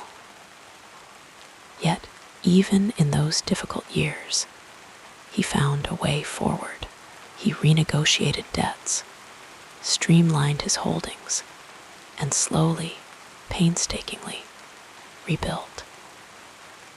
It was a humbling chapter, but one that taught him resilience, the understanding that failure was not an ending, but a detour on the road to something greater. As the years drifted on, these early experiences became the foundation of everything that followed. The lessons learned in those quiet moments, watching his father negotiate a deal, standing on a construction site as steel rose into the sky, sitting across from bankers who held his future in their hands. All of it shaped the man he would become. The challenges had been real, the stakes high, but through it all, he had held fast to one unwavering belief, that with enough vision, enough determination, even the most impossible dreams could be made real. And now, as the night deepens and the world outside grows still, we can let these memories soften and blur like the edges of a dream. The early struggles, the first triumphs, the quiet moments of doubt, and the roaring victories, they all fade into the gentle rhythm of the night, carrying us softly toward rest. The story is far from over, but for now, there is peace in the knowing that every journey, no matter how grand, begins with a single step. And so we drift, wrapped in the quiet certainty that tomorrow will bring its own stories, its own dreams, its own quiet moments of reflection. But for now, sleep calls, and we answer, letting the past settle like dust on old blueprints, waiting to be rediscovered another day. Drifting like clouds across the evening sky, we now move to the next part of this calming life story. The story of Donald Trump's rise is one of ambition meeting opportunity, of relentless vision transforming city skylines and redefining what was possible in the world of real estate. After weathering the storms of the late 1980s, he emerged with a sharper focus, a deeper understanding of risk, and an unshakable confidence in his ability to turn grand ideas into towering realities. And so, in the years that followed, he set his sights on projects that would not just restore his empire, but elevate it to new heights. Projects that would cement his name in the annals of American business. One of his most defining achievements was the transformation of the Commodore Hotel in New York City into the Grand Hyatt, a gleaming testament to his ability to see potential where others saw only decay. The building, once a faded relic of a bygone era, stood adjacent to the bustling Grand Central Terminal, its windows dark, its halls empty. But where others saw an outdated structure, Donald saw opportunity. He envisioned a luxury hotel that would cater to the city's elite, a place where marble and brass would gleam under soft lighting, where guests would step into an atmosphere of timeless elegance. The deal was complex, requiring negotiations with the city, the railroad, and Hyatt hotels, each with their own demands, their own hesitations. But he navigated these waters with patience and persistence, securing tax abatements, forging partnerships, and overseeing every detail of the renovation. When the Grand Hyatt opened its doors in 1980, it was more than just a hotel. It was a symbol of revival, proof that even the most neglected corners of the city could be reborn. Then came Trump Tower, the project that would become his signature masterpiece. Rising 58 stories above Fifth Avenue, it was conceived as a temple of luxury, a place where the world's wealthiest would come to live, shop, and marvel at its grandeur. The vision was audacious, a gleaming glass and bronze monolith, with a 6-story atrium lined with pink marble, cascading waterfalls, and palm trees stretching toward a skylit ceiling. The construction itself was a feat of engineering, requiring the demolition of the old Bonwit Teller building, a process that drew both admiration and controversy. But Donald was undeterred. He worked closely with architects, demanding perfection in every detail, from the curve of the escalators to the polish of the brass fixtures. When the tower opened in 1983, it was an instant landmark, a beacon of opulence that redefined Manhattan's skyline.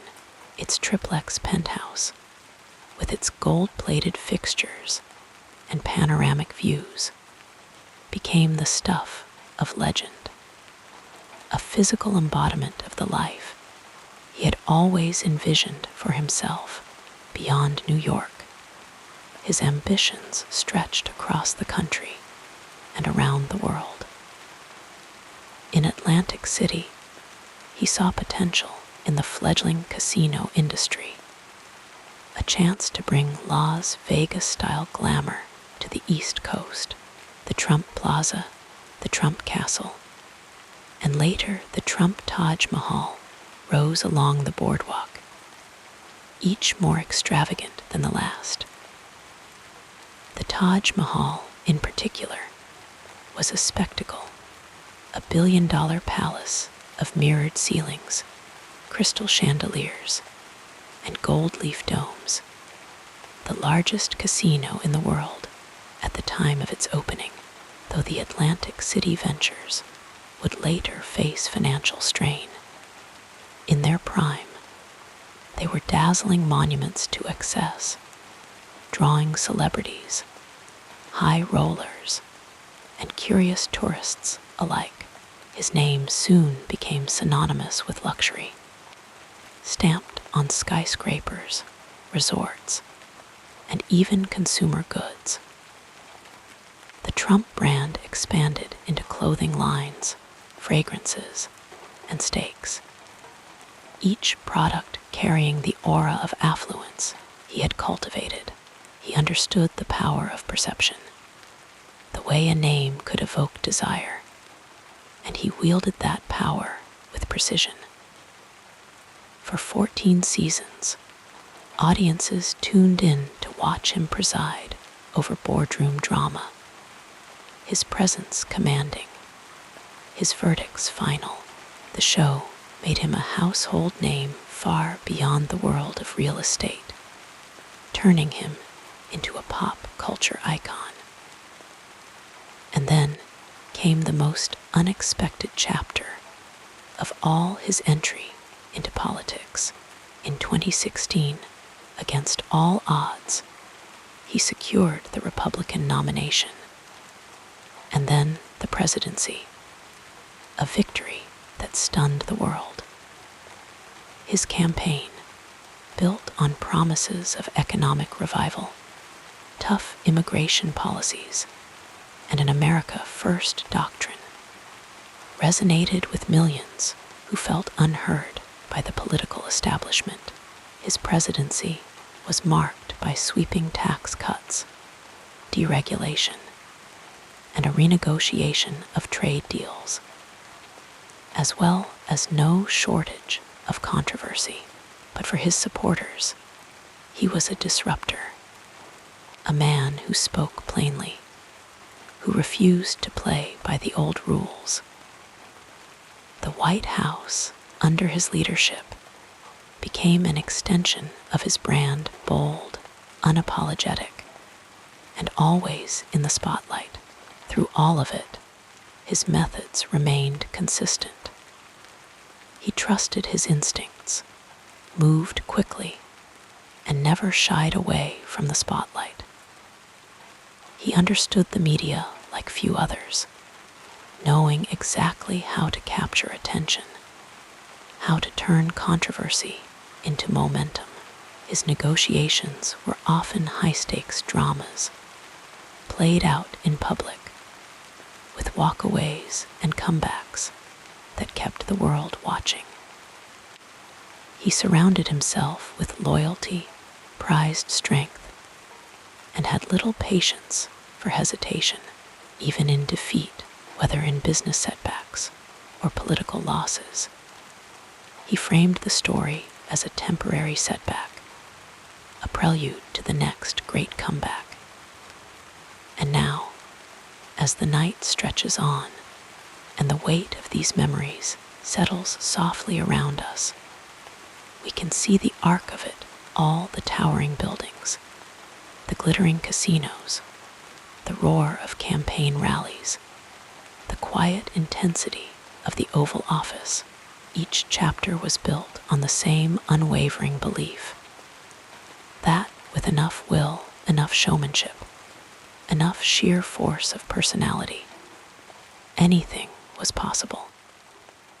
The details may fade with time, but the legacy remains etched in steel and glass, in headlines and history books, in the lives he influenced and the debates he ignited. But for now, the hour is late and the mind grows heavy. The stories of triumph and turbulence can wait for another night. The skyscrapers still stand, the pages of history still turn, and the world keeps moving forward. But here, in the quiet dark, there is only the gentle rise and fall of breath, the slow drift toward dreams, where even the grandest ambitions soften into whispers. Sleep comes, as it always does, wrapping the past in silence, leaving tomorrow's stories to be written when the sun returns. As your breathing becomes more regular, let us continue with the next chapter of our biography. In the quiet hush of the night, when the world slows and thoughts drift like leaves on a gentle breeze, we can trace the turning points that shaped the life of Donald Trump, each one a pivot, a moment where the path could have veered in another direction entirely. These decisions, made in offices and boardrooms, on stages, and in private conversations, built the life that would unfold in headlines and history books. One of the earliest crossroads came in the 1970s, when a young Donald Trump stood at the edge of Manhattan's real estate world, watching his father's empire in the outer boroughs, and wondering if he should stay within its familiar bounds or strike out for the glittering towers of Midtown. The choice to pursue Grand Hyatt Hotel, his first major Manhattan project, was a gamble, risking his family's reputation, their financial backing, and his own future. The deal was messy, tangled in politics and zoning battles, but he pushed through, turning a faded Commodore hotel into a gleaming success. Had he stayed in Queens, content with smaller, safer deals, his name might never have risen above the noise of New York's competitive skyline. But he bet on himself, and the city took notice. Then came Atlantic City, a glittering mirage on the Jersey Shore, promising fortunes to those bold enough to build there. In the 1980s, as casinos sprouted like wildflowers, Trump saw an opportunity not just to enter the game, but to dominate it. The Trump Taj Mahal, with its golden domes and dizzying scale, was meant to be his masterpiece, but the debt was staggering, the risks immense. When the casino opened in 1990, it was the largest in the world, a monument to his ambition. But the weight of those loans would haunt him for years, leading to multiple bankruptcies. For a time, his empire teetered. Yet, even in those shaky moments, he turned the narrative, spinning setbacks into stories of resilience. Had he walked away from Atlantic City earlier, cut his losses, his brand might have remained untarnished. But without those very public struggles, would he have learned the lessons that later fueled his comeback? The turn of the century brought another defining choice, the leap into television. When NBC offered him The Apprentice Asterisk, it was a gamble on a new kind of fame. Reality TV was still finding its footing, and putting his name, his image, his catchphrases on the line could have backfired. But he understood the power of the medium, the way it could shape perception. You're Fired became more than a line. It was a brand, a persona, a reinvention. The show softened his image, made him a household name far beyond the world of real estate. Without it, would he have had the national recognition to even consider a presidential run? Or would he have remained a brash New York tycoon, known mostly to those who followed business pages? And then, the most unexpected pivot of all, the 2016 presidential campaign. At first, it seemed like another publicity stunt, another way to dominate the conversation. But as the primaries unfolded, it became clear this was no sideshow. His instinct for media, his blunt, unfiltered style, resonated in ways even he might not have predicted. The decision to lean into controversy, to frame himself as the outsider against a broken system, upended political norms. When he stood on that stage in November, facing a stunned world as president-elect, it was the culmination of every risk he'd ever taken. Had he stayed in the comfortable realm of TV and real estate, his legacy would have been one of wealth and celebrity. But this was something else entirely.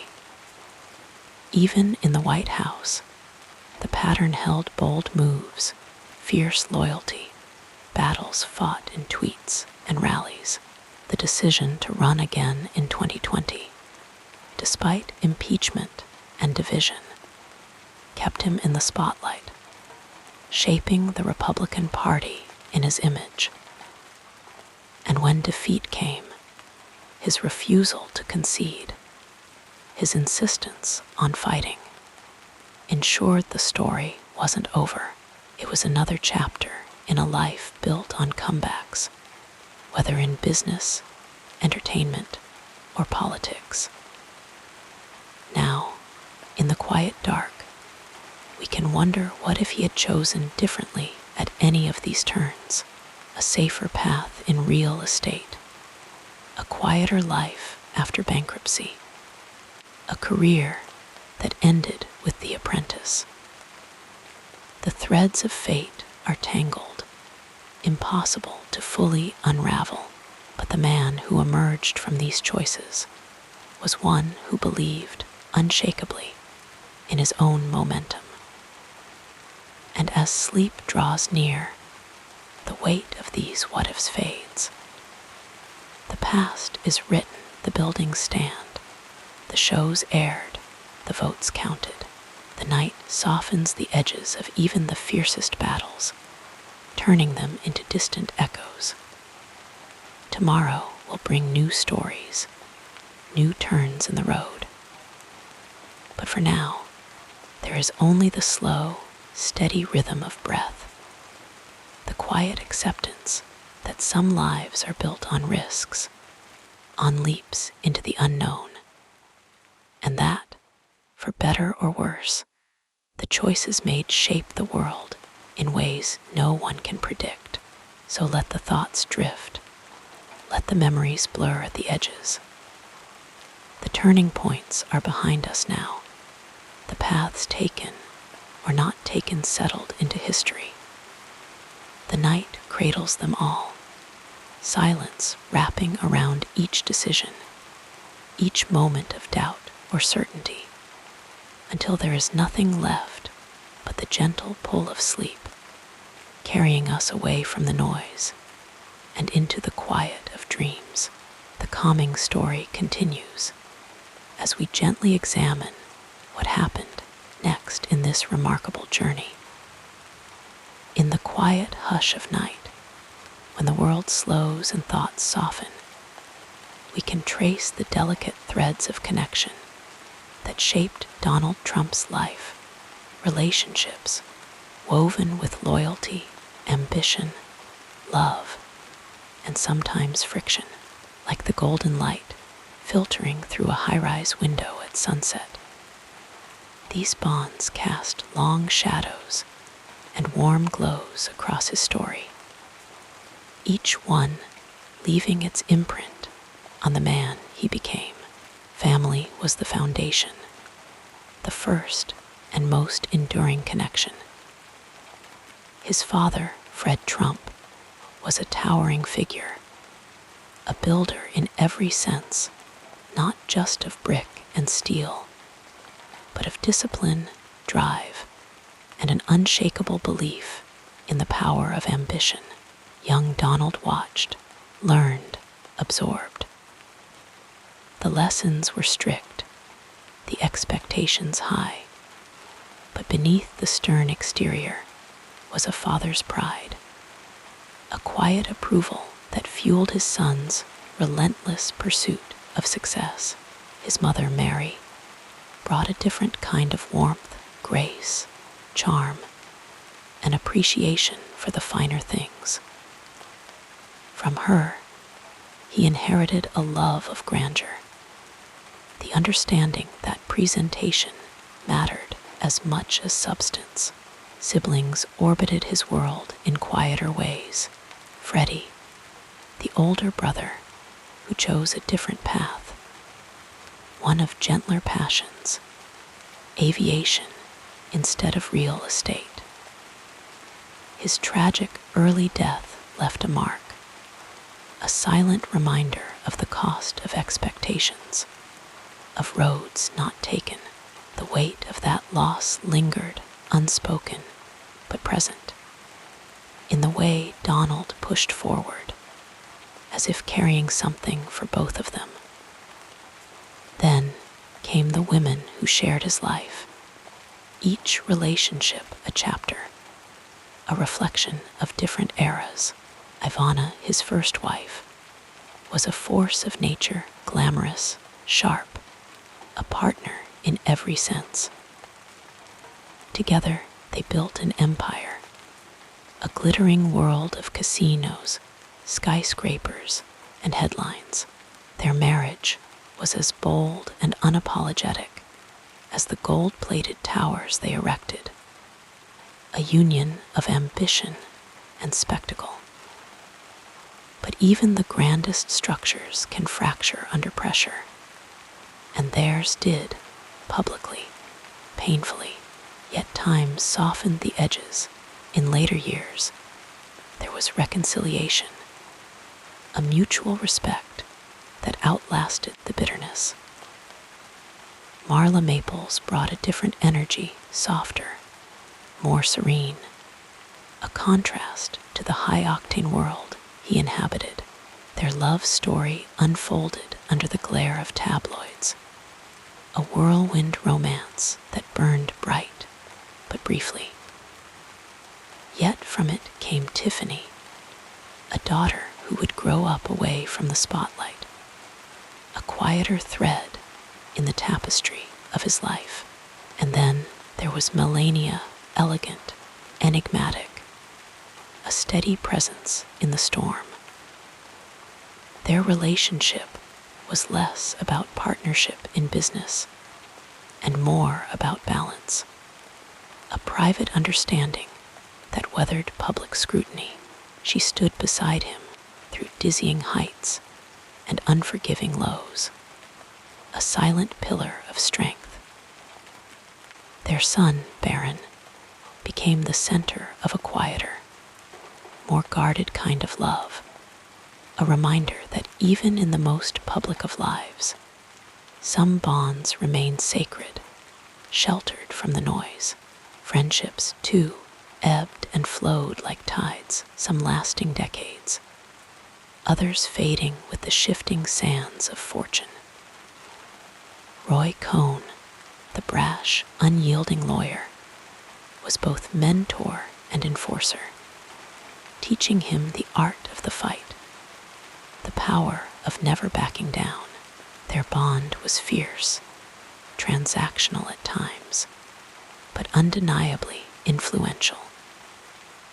When Cohn fell ill, Donald remained loyal, visiting him in the hospital even as others drifted away, a gesture that revealed the unspoken code of loyalty beneath the bravado. Then there were the collaborators, the ones who helped shape his public persona. The producers of The Apprentice saw something in him, the charisma, the drama, the unshakable self-belief, and turned it into television gold. It was a role that fit him effortlessly, blurring the lines between reality and performance. But not all alliances endured. Some business partners became adversaries. Friendships soured over disputes, betrayals real or perceived. Yet even in those fractures, there were lessons about trust, about the fleeting nature of loyalty in high-stakes worlds. Through it all, he moved forward, rarely looking back, as if the act of dwelling would slow the momentum he cherished. And then there were the children, the ones who would carry his name, his legacy, in their own ways. Ivanka, perhaps the most like him, ambitious, poised, a bridge between his world and the next generation. Donald Jr. and Eric, stepping into the family business, learning the ropes under the weight of expectation. Their relationships were complex, layered with pride, pressure, and an unspoken understanding of what it meant to be a trump. Now, in the quiet dark, we can wonder, what if any of these connections had been different? A gentler father, a longer marriage, a friendship that didn't fade. The threads of fate are delicate, impossible to reweave, but the man who emerged was one who believed in the power of his own narrative, who understood that relationships were as much about strategy as they were about sentiment. And as sleep draws near, the weight of these bonds softens, settling into the quiet of memory. The laughter shared over boardroom tables, the heated words exchanged in private, the silent understanding between parent and child, all of it fades into the background, like the distant hum of a city at night. Tomorrow will bring new connections, new stories. But for now, there is only the slow rhythm of breath, the gentle acknowledgement that every life is shaped by the people who pass through it, some briefly, some forever. So let the thoughts drift, let the heartbeat slow. The relationships, the love, the conflicts, they are all part of the story now, folded into history like well-worn pages. The night cradles them, softening the edges, until there is nothing left but the quiet, the stillness, and the peaceful pull of sleep.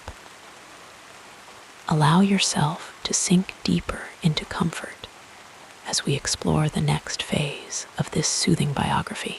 In the quiet hours, when the city outside his penthouse dims to a soft glow, Donald Trump's world slows to a rhythm far removed from the clamor of headlines and boardrooms. The man behind the name, the one who exists beyond the spotlight, is shaped by small, steady rituals, habits that anchor him in the ebb and flow of daily life. Each morning begins the same way, the quiet hum of the television tuned to news programs, the faint rustle of newspapers spread across a wide desk. He prefers print, the tangible weight of the pages in his hands, the way ink leaves a slight smudge on his fingertips. Breakfast is simple, a bowl of cereal, sometimes eggs, always with a cup of black coffee. No sugar, no cream. The bitterness, he once said, is a reminder that not everything needs to be sweetened. His homes are sanctuaries of opulence, yes, but also of comfort. Gold accents catch the light, plush soaks invite long conversations, and every room carries the faint scent of leather and polished wood. At Mar-a-Lago, the ocean breeze drifts through open windows, mingling with the murmur of guests and the distant clink of glasses. He moves through these spaces with ease, pausing to admire a favorite painting or rearrange a vase of fresh flowers, small acts of curation that bring quiet satisfaction. Golf is more than a pastime, it's a meditation. The rolling greens, the satisfying thwack of the club against the ball, the way the game demands both focus and patience, it soothes him. On the course, time stretches, unhurried. He plays with friends, with business partners, sometimes alone, relishing the silence between shots. The game is a conversation without words, a rhythm of swings and strides that clears his mind as effectively as any mantra. Family is the quiet undercurrent of his life, the anchor beneath the spectacle. His children, all 5 of them, carry pieces of him in their mannerisms, their drive, their humor. There are phone calls in the evening, quick check-ins that bridge the miles between them. His jokes that never fail to draw a chuckle. Even as adults, they orbit his world, their successes a quiet pride he seldom voices, but always feels. Melania is a presence of stillness amid the noise. Their relationship is one of private understanding, of shared glances that speak volumes. She prefers the quiet corners of their life, gardens, art galleries, the solitude of their private quarters. In those spaces, there are no cameras, no performances, just the easy companionship of 2 people who have learned the contours of each other's moods. Her calm is a counterbalance to his intensity, and he leans into it, grateful for the equilibrium she brings. Friendships for him are often woven with business, but a few endure beyond deals and handshakes. There are long-time confidants, men who have seen him through triumphs and stumbles, who know the version of him that exists before the tie is knotted and the microphone is switched on. They gather for dinners where the talk is less about money and more about memories, old stories retold, jokes that never grow stale. These are the conversations that linger, the ones that remind him of the years behind him, the paths taken and not taken. His personal philosophies are simple, shaped by decades of deals and defeats. He believes in winning, yes, but also in resilience, the idea that every setback is just a setup for a comeback. He trusts his instincts, that gut-deep certainty that has guided him more times than he can count. And though he thrives on attention, there's a part of him that understands the value of silence, of stepping back to observe before making a move. Evenings often find him in his favorite chair, a scotch in hand, the television murmuring in the background. He flips through magazines, pauses on articles that catch his eye, sometimes jots notes in the margins. The day's energy settles, and in these moments, there's no need to perform, no audience to impress. It's just a man and his thoughts, the quiet hum of a life lived loudly, but still capable of stillness. And when sleep finally comes, it's with the knowledge that tomorrow will be much the same. Another sunrise, another round of calls, another day to build and bend the world to his vision. But for now, there's only the softness of the pillow, the distant sound of the city below, and the gentle surrender to dreams. The night cradles him, as it does all of us, pulling him into its quiet embrace, until there's nothing left but rest, like a gentle river flowing toward the sea. Our story continues with the next meaningful chapter. The rhythm of his days has always followed a certain cadence, a steady pulse of activity and rest, shaped by decades of habit. From his earliest years, mornings were never hurried affairs. He preferred to ease into the day, letting the world wake up around him before he stepped fully into it. Even as a young man, he would rise without an alarm, his body attuned to the soft light creeping through the curtains.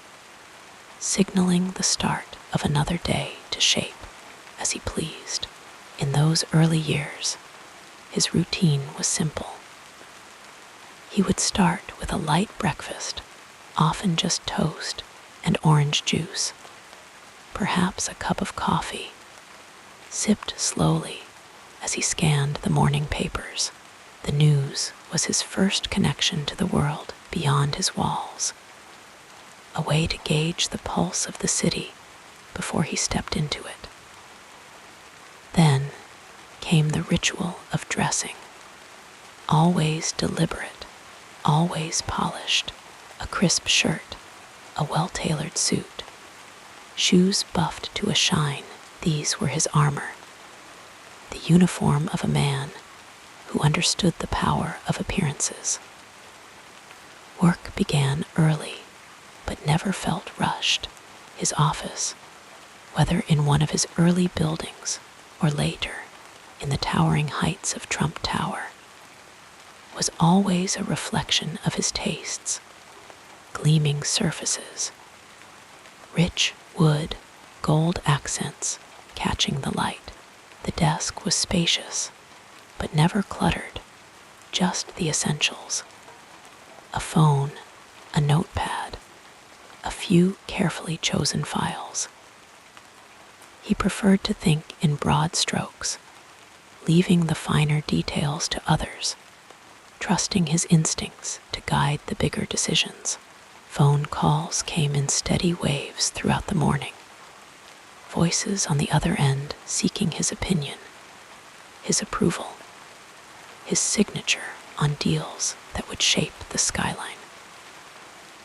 Lunch was often a working meal, taken in the quiet hum of a private dining room or at his desk if the day demanded it. He liked simple, hearty food, a well-done steak, maybe, or a club sandwich, always with a Diet Coke close at hand. The afternoon would slip by in meetings, in tour of construction sites, in the quiet satisfaction of watching something he had envisioned take form in steel and glass. Even in the busiest stretches, there was a rhythm to it, a predictability that kept the chaos of ambition from feeling overwhelming. Evenings brought a shift in pace. As the sun dipped below the skyline, he would retreat to his residence, the energy of the day settling into something softer. Dinner was often a quiet affair, sometimes alone, sometimes with a few close associates. The food was familiar, comforting, perhaps spaghetti with marinara, a dish he had loved since childhood, or a perfectly cooked piece of fish, accompanied by a glass of wine. Conversation was easy, meandering, free from the pressure of performance. Then came the part of the day he cherished most, the stillness. Seated in his favorite chair, the television murmuring softly in the background, he would leaf through magazines, pausing on articles that caught his eye. Sometimes he would jot notes in the margins, ideas for future projects, reminders to himself. The world outside continued its relentless motion, but here, in this quiet space, there was no need to rush. The day's triumphs and challenges could be turned over in his mind, examined without urgency. As the night deepened, the rituals of winding down took hold. A final glance at the news, a last check of the phone for any pressing messages, then the slow journey to the bedroom. The room was always cool, the sheets crisp and smooth, the weight of the day dissolving into the quiet embrace of the mattress. Sleep came easily, as it often does to those who live without regret. who move through the world with the certainty that tomorrow is another chance to build, to win, to leave a mark, and so the cycle would begin again. Dawn breaking over the city, the first light touching the edges of the curtains. Another day waiting to unfold. The details might shift, the meetings, the meals, the faces around the table, but the rhythm remained, steady as a heartbeat, carrying him forward through years of deals and dreams, always with the quiet confidence that the next sunrise would bring another opportunity to shape the world just a little more in his image.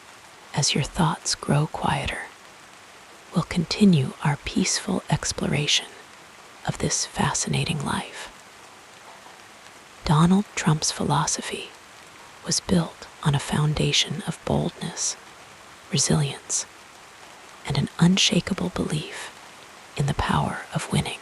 From his earliest days in Queens, New York, he was shaped by the idea that success was not just about talent or luck. It was about perception, confidence, and an unrelenting drive to come out on top. His father, Fred Trump, a successful real estate developer in his own right, instilled in him the value of hard work and the importance of negotiation. But even as a young man, Donald had his own vision, one that was grander, flashier, and unafraid of the spotlight. He didn't just want to build buildings. He wanted to build legacies, to put his name on structures that would define skylines and stand as monuments to ambition. One of his guiding principles was the idea that image was everything. He often said, "Perception is more important than reality," a belief that carried him through both triumphs and setbacks. If people believed in the grandeur of a project, they would invest in it, support it, and ultimately make it a success. This was evident in his early career when he transformed the aging Commodore Hotel into the gleaming Grand Hyatt, a move that signaled his arrival on the Manhattan real estate scene. He understood that people were drawn to spectacle, to gold-plated lobbies and towering atriums, and he gave them exactly that. His worldview was deeply pragmatic. He saw life as a series of deals, negotiations where the strongest will and sharpest mind would prevail. He once remarked, "In business, you don't get what you deserve." This belief fueled his approach, not just in real estate, but in every aspect of his life. Whether it was a high-stakes property acquisition or a public relations battle, he operated with the same calculated intensity, always looking for leverage, always ready to push harder than the other side. Yet beneath the bravado was an unshakable optimism, a belief that no matter how dire things seemed, a comeback was always possible. In the 1990s, when his empire teetered on the brink of collapse under billions in debt, he refused to see it as failure. Instead, he framed it as a temporary setback, a challenge to be overcome. His values were rooted in a deep sense of loyalty to family, to those who stood by him, and to the country he loved. He often spoke of his parents with reverence, crediting them for his work ethic and tenacity. His children became central figures in his business and political life, a reflection of his belief that family was the ultimate partnership. "Nothing gives me more pleasure than seeing my children succeed," he would say. And indeed, his business empire became a family affair, with sons and daughters taking on key roles in his ventures. Politically, his views evolved over time, shaped by his experiences in business and his interactions with people from all walks of life. He was never one to be bound by ideology. Instead, he followed instincts honed by decades of deal-making. He believed America had lost its competitive edge, that too many leaders were weak negotiators, and that the country needed to reclaim its strength. "Make America Great Again" wasn't just a slogan. It was a distillation of his belief that the nation, like any business, could be turned around with the right leadership. His communication style was direct, unfiltered, and often controversial. But it was also a reflection of his disdain for political correctness. He saw it as a barrier to honesty, a way for people to obscure the truth behind polite language. "I say what people are thinking, but are afraid to say," he often remarked. And this approach resonated with millions who felt ignored by traditional politicians, whether through late-night tweets or off-the-cuff rally speeches. He connected with audiences in a way that felt personal, unfiltered, and real, at least to those who supported him. Even in his private moments, when the cameras were off and the rallies were over, he carried the same confidence. Those who knew him well often spoke of his discipline, his habit of reading newspapers cover to cover, his ability to recall details from meetings years earlier, his relentless focus on the next big project. He rarely dwelled on mistakes, preferring instead to move forward, always with an eye on the next victory. His legacy, like his persona, was polarizing. To some, he was a visionary, a disruptor who shattered norms and redefined what leadership could look like. To others, he was a provocateur, a figure who thrived on chaos. But even his critics couldn't deny his impact on business, on politics, on the culture itself. And so, as the years passed, his philosophy remained unchanged, a blend of confidence, resilience, and an unyielding belief in the power of the deal. Whether in the boardroom or on the world stage, he operated with the same relentless drive, the same refusal to back down. He saw life as a series of battles to be won, and he played to win every time. As the night settled in, the glow of the television casting soft light across the room, he might have reflected on the day's victories and challenges, turning them over in his mind like pieces on a chessboard. Tomorrow would bring new negotiations, new opportunities to shape the world in his image. And with that thought, sleep would come easily, as it always did to a man who never doubted that the next day would be another chance to win. With each breath becoming slower and deeper, let us turn to another aspect of this soothing story.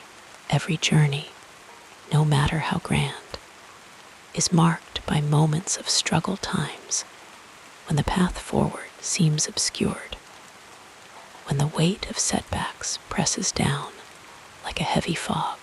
For Donald Trump, Those moments were never the end of the story, but rather the raw material from which he built his resilience. His life was a tapestry of highs and lows, each thread woven with lessons that shaped his unshakable confidence. One of his earliest tests came in the 1980s, when the real estate market, once so generous to him, began to falter. The glittering towers he had constructed, the grand casinos that bore his name, suddenly, they were no longer the sure bets they had once seemed. The Atlantic City casinos, once symbols of his empire, became mired in debt. The Trump Taj Mahal, a palace of luxury, struggled under the weight of its own ambition. Filing for bankruptcy in 1991, it was a humbling moment, one that might have broken a lesser entrepreneur. But for Trump, it was simply another challenge to navigate. He didn't retreat. Instead, he restructured, renegotiated, and rebuilt. He learned the art of leverage, not just financial, but personal. He understood that perception was as important as reality. And so, he projected strength, even when the numbers told a different story.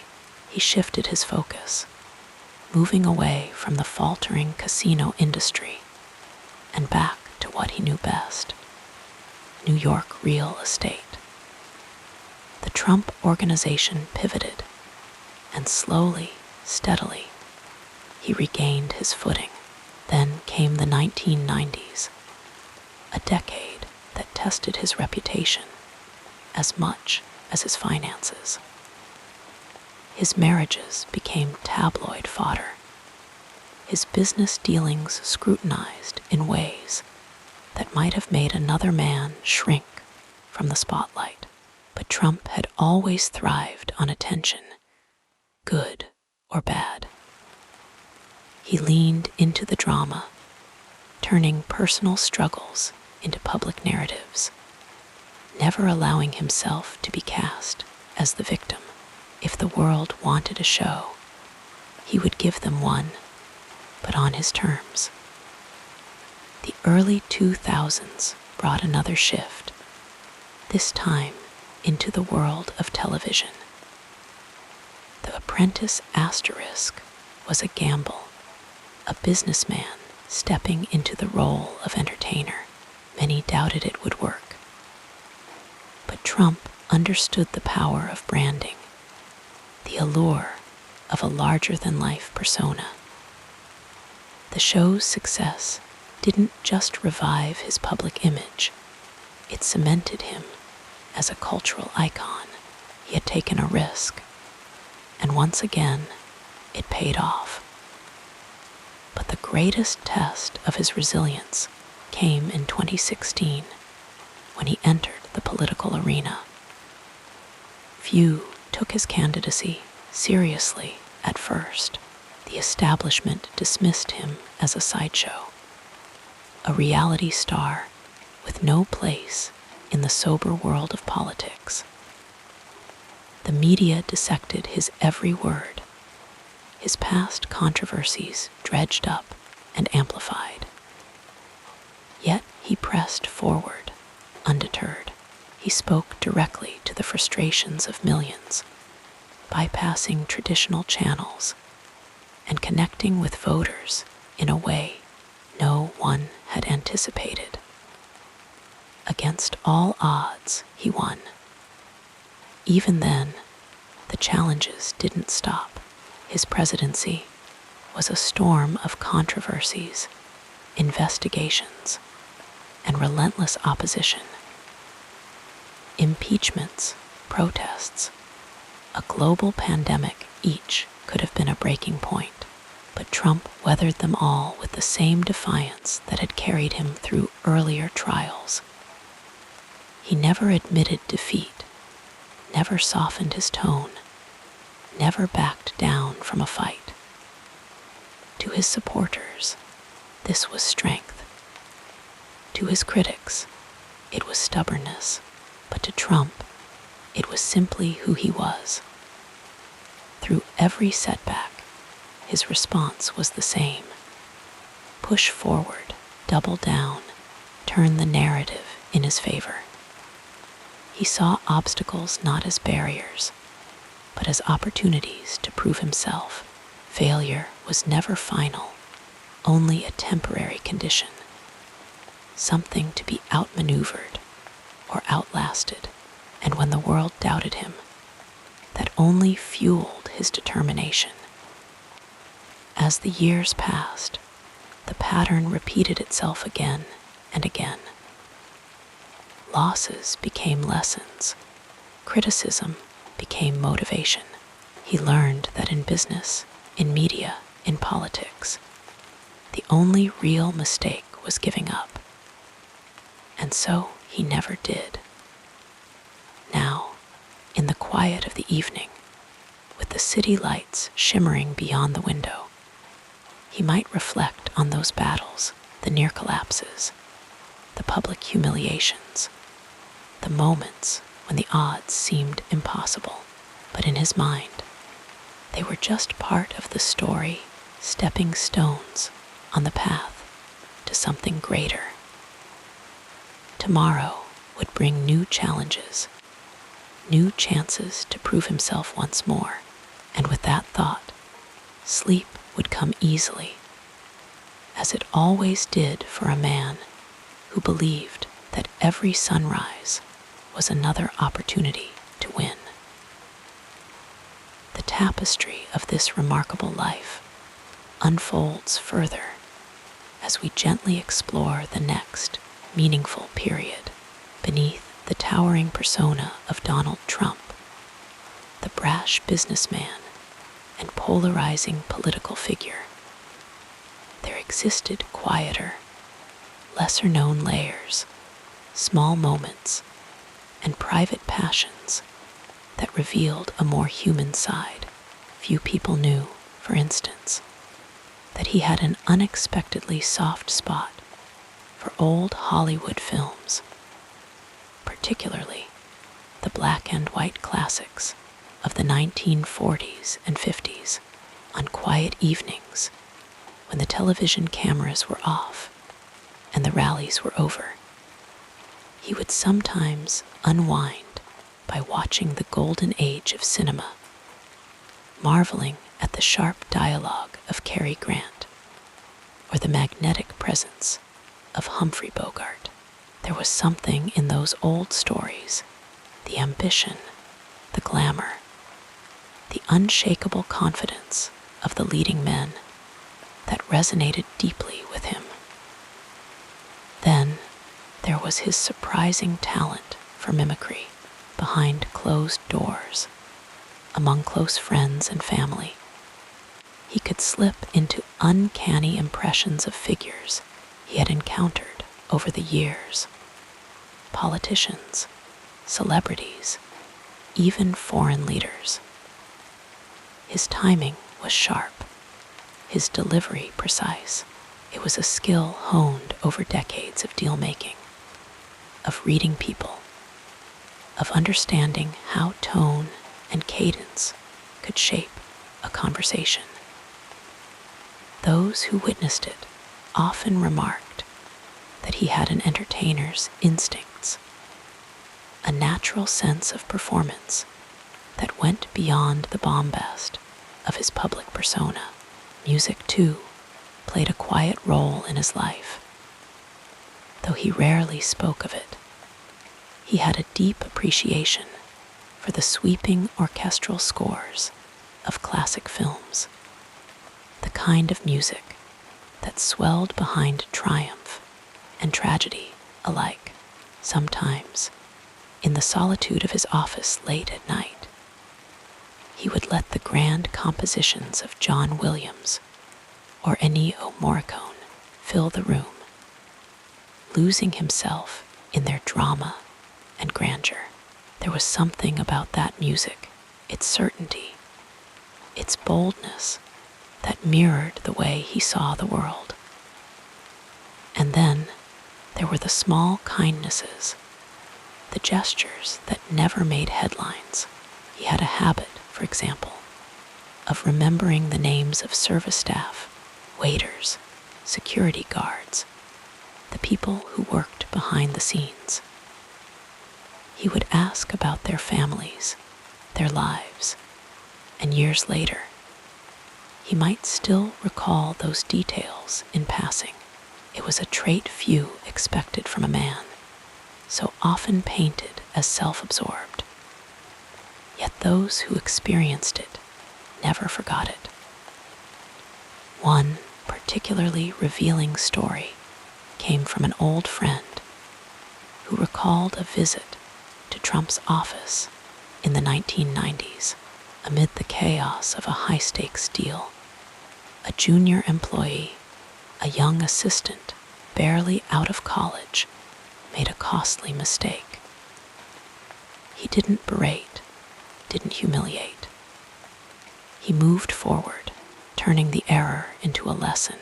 Decades later, that assistant would still speak of that moment as a defining one in his career. Another little-known fact was his fascination with architecture, not just the towering skyscrapers that bore his name, but the intricate details of design, the way light played across a room, the psychology of space. He could spend hours discussing the curve of a railing or the height of a ceiling, not just as matters of aesthetics, but as elements that influenced how people felt, how they behaved. It was a level of nuance that often went unnoticed by those who saw only the flashy exterior of his projects. Even his famous love of winning had a softer counterbalance. He was, in private moments, surprisingly philosophical about setbacks. "You've got to get hit to know how to hit back," he once mused to a confidant. Losses, in his mind, were just data, information to be analyzed, absorbed, and used to refine the next move. There was no bitterness in this outlook, just a relentless forward motion, an unshakable belief that the next opportunity was always around the corner. And then there were the quiet hours, the rare stretches of stillness in a life defined by motion. On summer evenings at his estate in Bedminster, he would sometimes walk the grounds alone, pausing to watch the sunset over the rolling hills. No cameras, no audience, just the fading light and the murmur of the breeze through the trees. In those moments, the man who thrived on attention seemed perfectly at ease with solitude, a contradiction that few ever saw. Perhaps the most unexpected trait of all was his deep, abiding love for his family. Publicly, he was the patriarch, the larger-than-life figure. But privately, he cherished the small rituals, birthday celebrations, holiday traditions, the quiet pride in watching his children navigate their own paths. He saved letters, kept mementos, held onto the little things that others might overlook. All these fragments, the old movies, the mimicry, the music, the hidden kindnesses, painted a fuller picture. They were reminders that behind the bold headlines and the fiery speeches, there was a man who, like anyone else, found solace in small pleasures, who laughed at old jokes, who appreciated beauty in unexpected places. And as the night deepened and the city outside grew still, those quieter sides of him would drift to the surface, softening the edges of a life so often defined by its battles. Tomorrow would come soon enough, with its challenges and its chances to prove himself once more. But for now, in the hush of the evening, there was just the gentle rhythm of reflection, the quiet satisfaction of a life lived without regrets, and the steady, soothing certainty that the next chapter was always worth turning toward. And with that thought, sleep would come as it always did, to a man who knew that every dawn brought not just another day, but another opportunity to begin again. As you settle more comfortably, our narrative flows onward like soft moonlight across still waters. Donald Trump was born into a world still shaking off the dust of war. In the summer of 1946, when America was stretching into its new role as a global superpower, the streets of Queens, New York, where he spent his early years, were alive with the hum of post-war optimism. Men in crisp suits walked to work past children playing stickball in the streets, while radios in open windows broadcast the latest jazz tunes or baseball games. The country was riding a wave of economic prosperity, fueled by the GI Bill and the growth of suburban life. It was a time of chrome-finned cars, neon signs flickering to life at dusk, and the steady rise of television sets in living rooms across the nation. His father, Fred Trump, was a builder, part of that generation that shaped the skyline of New York with brick and steel. The city itself was a living entity, always in motion, always reinventing itself. Construction cranes dotted the horizon like skeletal sentinels, and the smell of fresh asphalt mingled with the salty breeze from the harbor.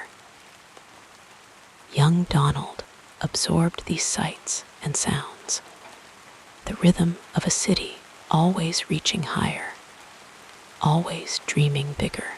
By the time he was a teenager, the 1950s had given way to the turbulent 1960s, an era of upheaval and transformation. The civil rights movement marched forward, its echoes reverberating through every corner of society.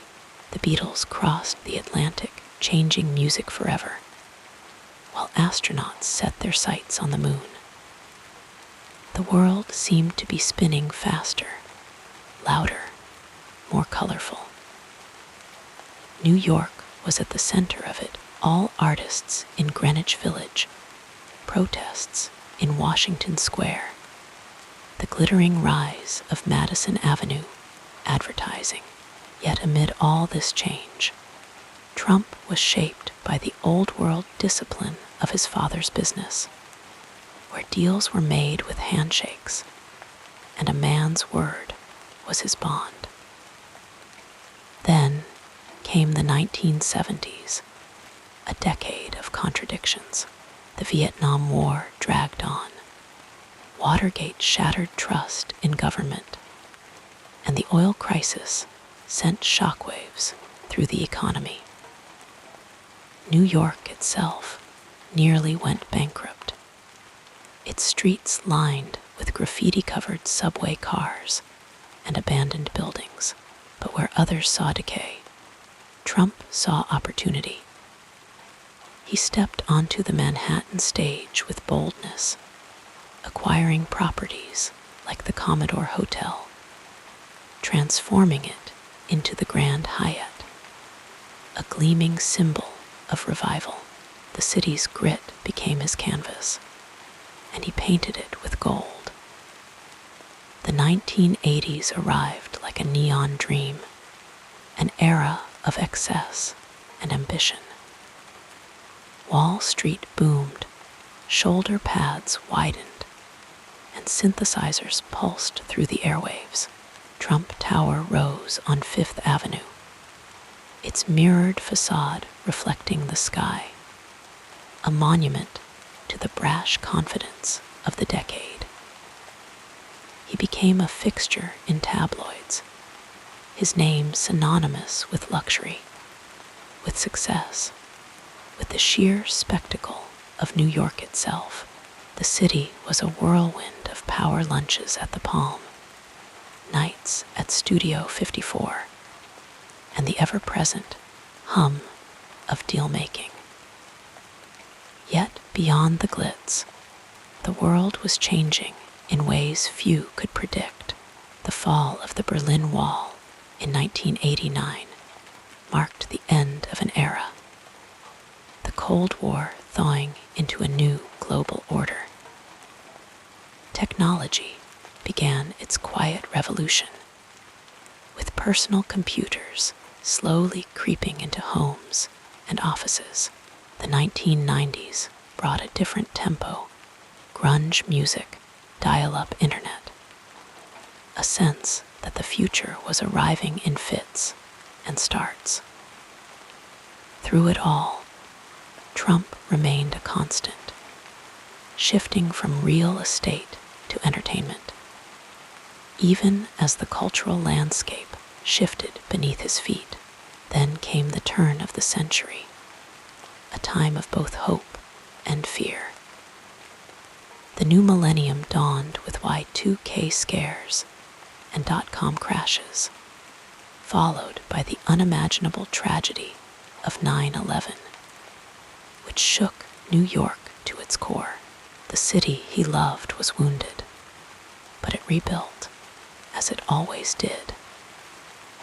In the years that followed, reality TV reshaped celebrity. Social media rewired communication, and the world became more connected, yet more divided than ever. By the time he entered politics, the America of his childhood was a distant memory. The post-war order had faded, replaced by a world of instant information, globalization, and economic uncertainty. Yet some things remained the same. The enduring allure of New York, the belief in second acts, the quiet pride in family.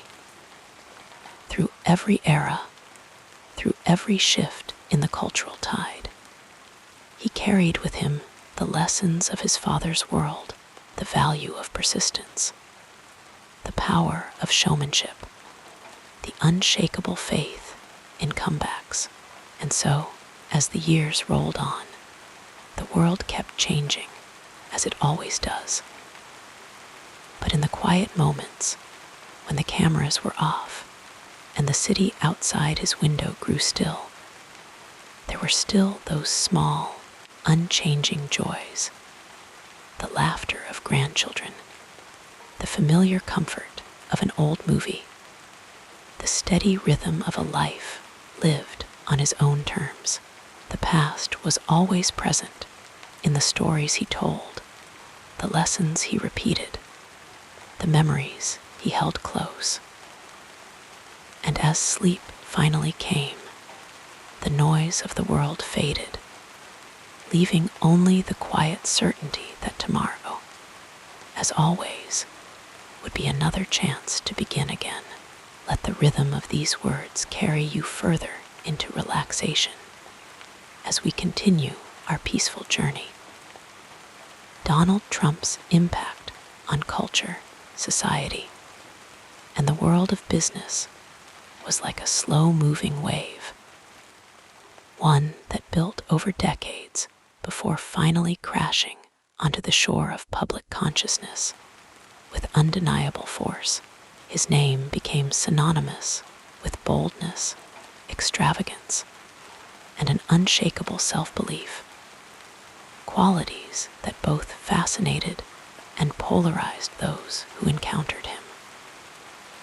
Long before he entered politics, he had already reshaped the skyline of New York, the city that never slept, imprinting his vision onto its towering structures and glittering casinos, his gold-plated buildings, his name emblazoned in bold letters, became symbols of an era where ambition was not just encouraged, but celebrated without apology. In the 1980s, as Wall Street boomed and excess became a virtue, Trump emerged as the embodiment of that decade's unbridled confidence. He was not just a businessman, he was a brand, a personality larger than the deals he made.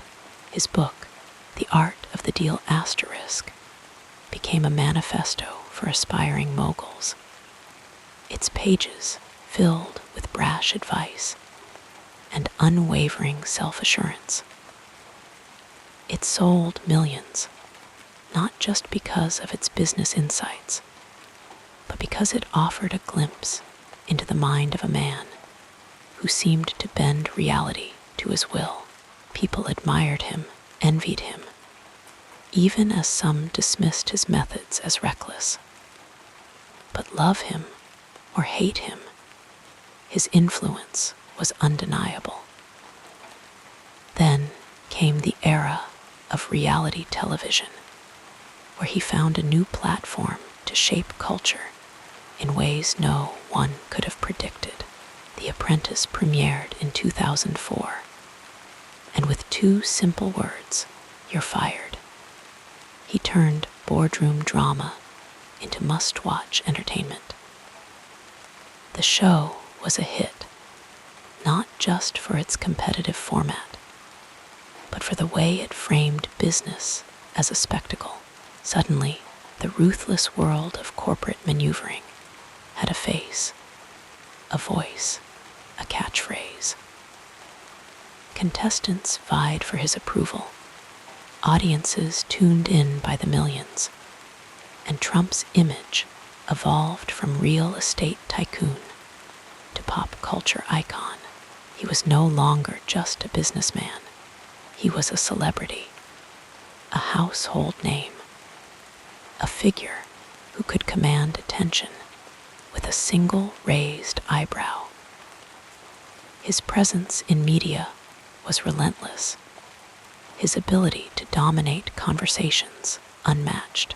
He understood the power of controversy, the way a well-placed soundbite could linger in the public consciousness for weeks.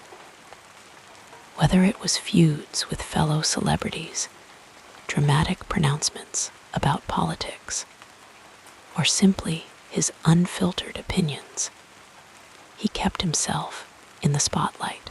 Social media amplified his voice further, allowing him to bypass traditional gatekeepers and speak directly to millions.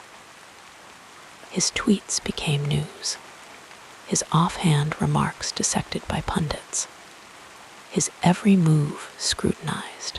In an age where attention was currency, he was the richest man in the room. When he entered politics, the cultural landscape shifted yet again.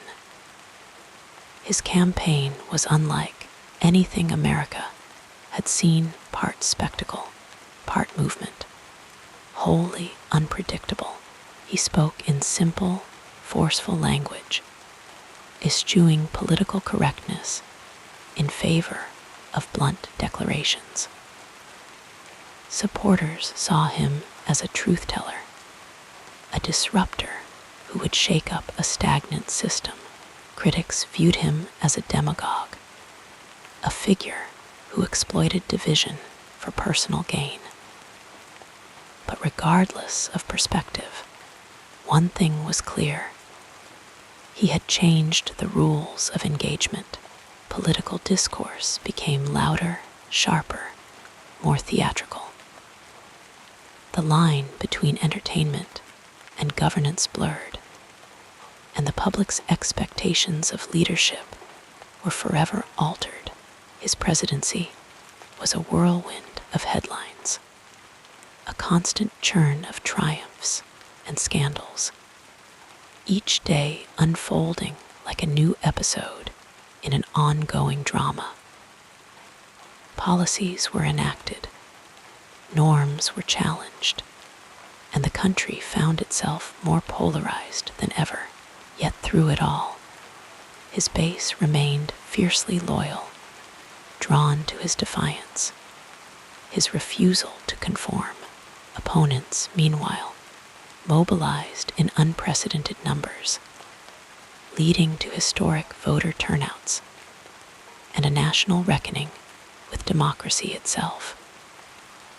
The cultural divide deepened, but so too did the sense that politics was no longer a distant, bureaucratic affair. It was personal, visceral, impossible to ignore. Beyond politics, his influence seeped into language, fashion, even humor. Phrases like fake news and alternative facts entered the lexicon, used both earnestly and ironically. Late-night comedians built careers around impressions of him, his distinctive cadence and mannerisms ripe for parody. Merchandise bearing his name, hats, shirts, even novelty items flew off shelves, symbols of allegiance or mockery depending on who wore them. He became a recurring character in the broader cultural narrative, a figure so omnipresent that even those who disliked him couldn't look away. And then, as all things do, his time in the White House came to an end, but his impact did not fade. The movement he inspired persisted. The debates he ignited continued. Political strategies were rewritten in his image, with candidates on both sides adopting his combative style or reacting against it. Media, too, had been forever changed. Outlets leaned further into opinion-driven coverage. Algorithms prioritized engagement over nuance, and the very nature of truth became a battleground. The world he left behind was louder, faster, more contentious, yet undeniably shaped by his presence. In quieter moments, away from the roar of crowds and the glare of cameras, it was possible to see the man behind the myth, a father, a grandfather, a New Yorker who never lost his love for the city that made him. He still told stories of the old days, of deals made and rivals outmaneuvered, his voice softening with nostalgia. Even in his later years, the lessons of his father remained: persistence, showmanship, the belief that no setback was ever final. The cultural footprint he left was vast, complex, impossible to simplify.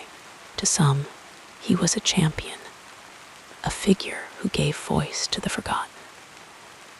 To others, he was a cautionary tale, a symbol of excess and division. But no one could deny that he had changed things, that the world before him and the world after him were not the same. And as the years rolled on, as new figures rose and fell, his name would still echo in the halls of power, in the chatter of everyday conversation, in the debates about what leadership should be. The night would eventually settle over the city, the lights of skyscrapers twinkling like distant stars. Somewhere, in a quiet room, the television might flicker with news of the day. Another headline in an endless cycle, but for now, in this moment, there was only the gentle hum of the world turning, the slow, steady rhythm of time moving forward. The past was written, the future uncertain, but one thing remained: true culture, society, the very way people thought and spoke, had been indelibly marked, and as sleep crept in, wrapping the mind in soft darkness, the weight of history could fade, if only for a little while, into the quiet of the night. With the gentleness of falling snow, we transition now to another meaningful chapter in this life story, in the quiet moments between the grand gestures and public spectacles. There were stories, little glimpses into the life of Donald Trump that few ever heard. One such tale came from his early years, long before the skyscrapers bore his name, when he was just a young man learning the ropes of real estate from his father, Fred. It was a modest beginning, far from the gold-plated towers that would later define him. He would ride along in his father's car through the neighborhoods of Brooklyn and Queens, watching as Fred pointed out buildings, explaining the value of brick and mortar, the importance of location. Even then, the younger Trump had an eye for grandeur. He once told a story of how he would stare up at the Empire State Building as a boy, dreaming of one day owning something just as towering, just as iconic. Years later, when he finally made his mark on Manhattan, there were small, almost forgotten moments that revealed his personality in ways the headlines never did. In the early days of Trump Tower's construction, he would often walk through the site, not just to inspect the work, but to chat with the laborers. Some of them later recalled how he would ask about their families, sometimes slipping an extra bill into their hands at the end of a long week. It was a side of him rarely seen by the public, a man who, beneath the bravado, still carried the lessons of his father about hard work and loyalty. Then there was the story of how he came to own the Plaza Hotel, one of New York's most storied landmarks. The negotiations were tense, the deal anything but certain. But Trump had a way of making the impossible seem inevitable. He once recounted how he sat across from the seller, a man who had no intention of parting with the property. Instead of pushing aggressively, Trump leaned back, almost casual, and began describing his vision for the plaza, not as a transaction, but as a legacy. By the end of the conversation, the seller was nodding along, caught up in the dream Trump had spun. It was a reminder that for all his bluntness, he had a way with words, a knack for making people see what he saw. Even his foray into television, long before The Apprentice made him a household name, had its quiet beginnings. In the late 1980s, he was approached about hosting a celebrity boxing match, an odd fit, it seemed, for a real estate mogul. But Trump saw opportunity where others saw absurdity. He agreed, and the event was held in Atlantic City, drawing a curious mix of spectators. What stood out to those who were there wasn't just the spectacle, but the way Trump moved through the crowd, shaking hands, cracking jokes, making even the most skeptical attendees feel like they were part of something special. Years later, that same charisma would translate effortlessly to reality TV, though few could have predicted just how far it would take him. There were softer moments, too, often hidden behind the glare of the spotlight. Friends and family sometimes spoke of his love for music, particularly the classics: Frank Sinatra, Tony Bennett, the crooners of a bygone era. On quiet evenings, he would play their records in his office, leaning back in his chair, eyes half closed as the melodies filled the room.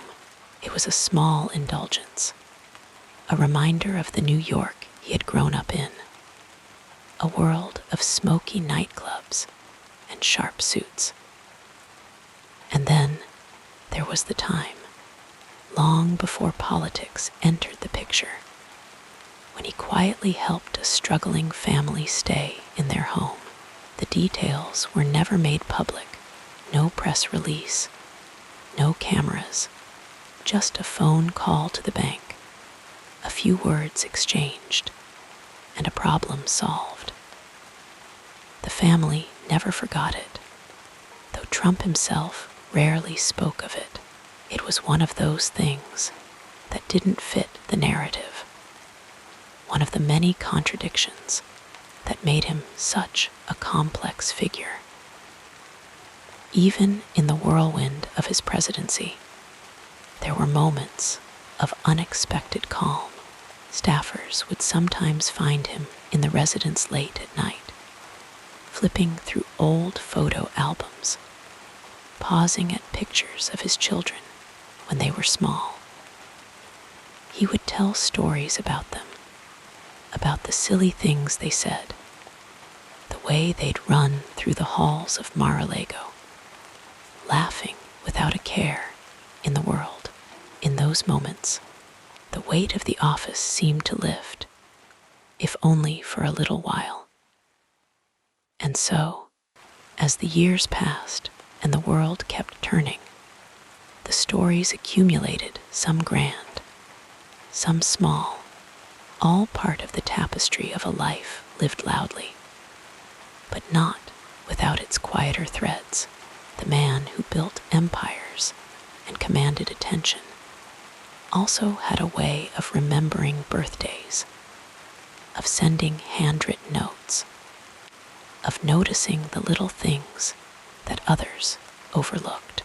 It was these contradictions that made him so fascinating, so impossible to pin down. Now, as the night deepens and the city outside grows still, the stories linger like the faint echo of a distant melody. The headlines fade, the debates quiet, and all that remains is the soft hum of memory, carrying with it the tales of a man who, for better or worse, left an indelible mark on the world. And as sleep finally comes, wrapping the mind in its gentle embrace, the stories blur into dreams where the past and the present mingle, and the weight of history feels, just for a moment, as light as a whisper. As your eyelids grow heavier, we'll softly explore another dimension of this fascinating biography. In the quiet years that followed, when the spotlight dimmed and the roar of crowds became a distant murmur, Donald Trump settled into a rhythm that was both familiar and new. The towering skyscrapers bearing his name still gleamed under the sun. The resorts still hummed with activity, but his days took on a slower, more reflective pace. He would often be seen walking the manicured grounds of Mar-a-Lago in the soft light of early evening, his steps measured, his gaze lingering on the palm trees swaying in the breeze. The ocean, vast and unchanging, became a companion of sorts, its endless waves a reminder of time's relentless march. His later years were marked by a kind of quiet industry. He still engaged with the world, still offered his opinions in that unmistakable voice. But there was a shift, a subtle softening, as if the edges of his persona had been worn smooth by the passage of years. He wrote not just the bold declarations of earlier times, but reflections, musings on what had been and what might have been. These writings, though less frequent, carried a weight that his earlier works had not. The words of a man who had seen the summit and the valleys alike. The legacy he left behind was as complex as the man himself. To some, he was a disruptor, a force that had reshaped politics in ways both celebrated and debated. To others, he was a builder, not just of towers and hotels, but of movements, of ideas that would outlast him.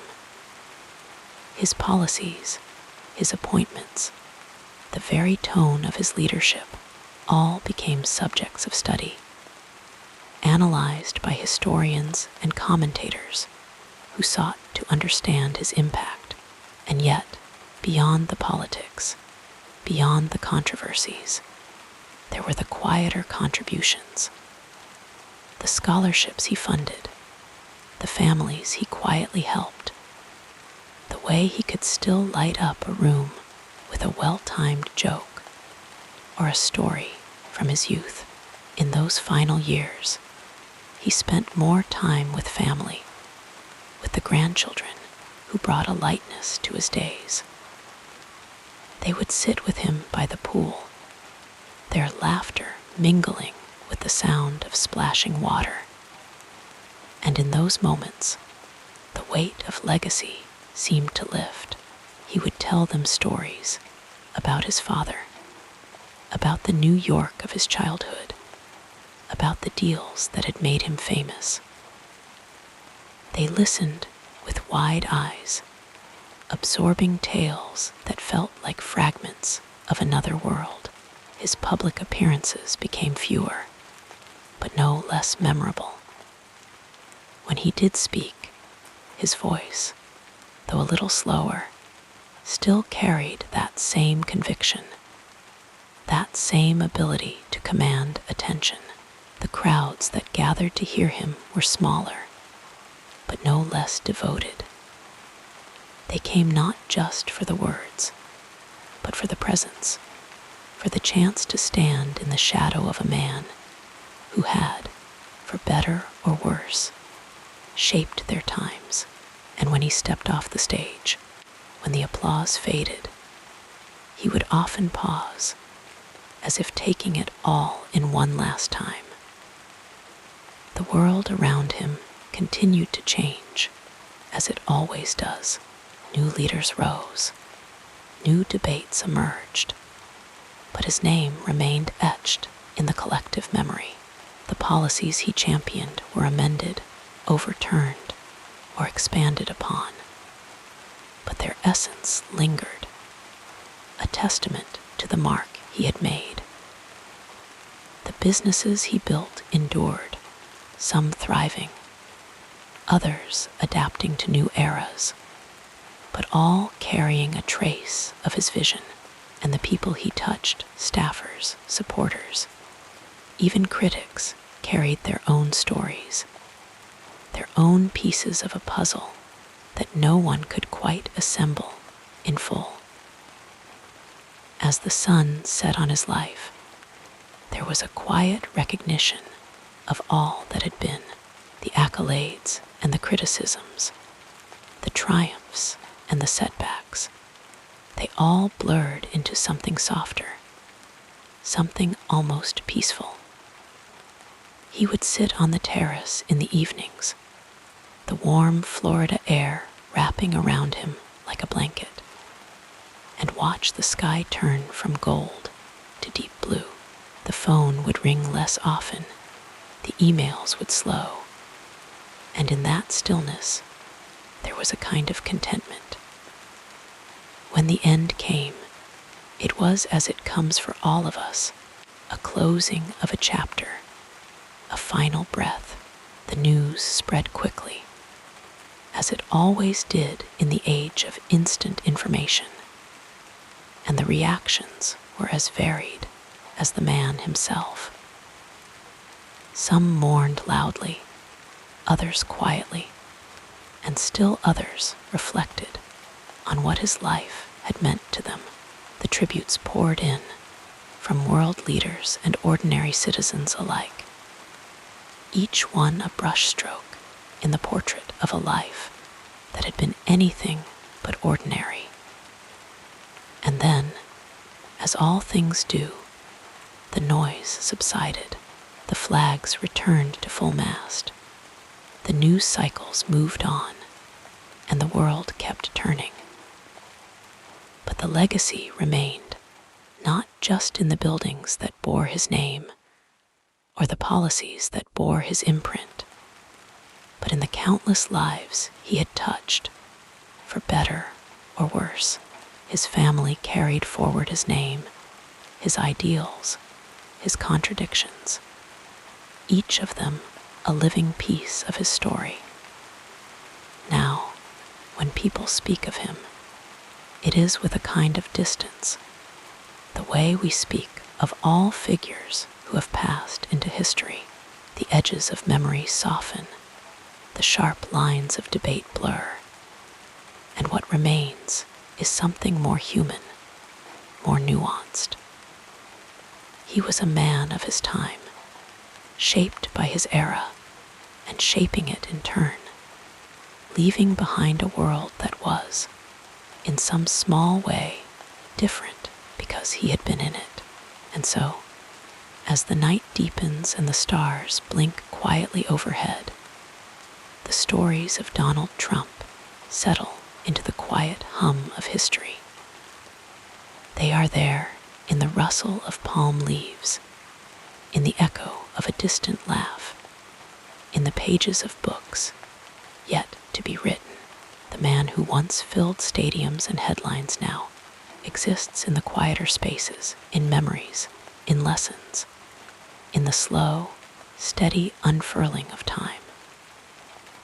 And as sleep comes, wrapping the mind in its gentle embrace, the stories fade into the background, like the distant sound of waves against the shore, constant, enduring, and ever so softly fading into the night. The gentle cadence of our story continues, flowing like a peaceful stream through the next chapter. The story of Donald Trump did not end with the quieting of headlines or the turning of political tides. Like all great figures of history, his presence lingered, woven into the fabric of the world in ways both seen and unseen. Future generations would inherit not just the policies he enacted or the buildings that bore his name, but something far more subtle, an imprint on the way power was wielded, how media was consumed, and how the boundaries of political discourse were redrawn. His legacy, like a slow-moving river, continued to shape the landscape long after the initial rush of its current had passed. In the years that followed, his influence could be traced in the rise of a new wave of political figures who adopted his unapologetic, media-savvy approach. They studied his playbook, the way he bypassed traditional gatekeepers, the way he spoke directly to the public in unfiltered bursts, The way controversy seemed only to fuel his appeal. Some sought to emulate his tactics, while others rejected them entirely. But none could ignore the seismic shift he had brought to the political arena. The old rules no longer applied in quite the same way. The world had been reminded that charisma, spectacle, and sheer force of personality could reshape the political landscape overnight. Beyond politics, his name remained etched in the world of business, where his brand of showmanship had redefined what it meant to be a tycoon. Young entrepreneurs, watching from afar, absorbed the lessons of his career, both the dazzling successes and the spectacular failures. Some took inspiration from his relentless self-promotion, his ability to turn even setbacks into narratives of resilience. Others learned cautionary tales about the perils of overextension, of betting everything on the myth of invincibility. But whether admired or criticized, his shadow loomed large over the world of commerce, a reminder that in business, as in politics, perception was often as powerful as reality. His family, too, carried pieces of his legacy forward.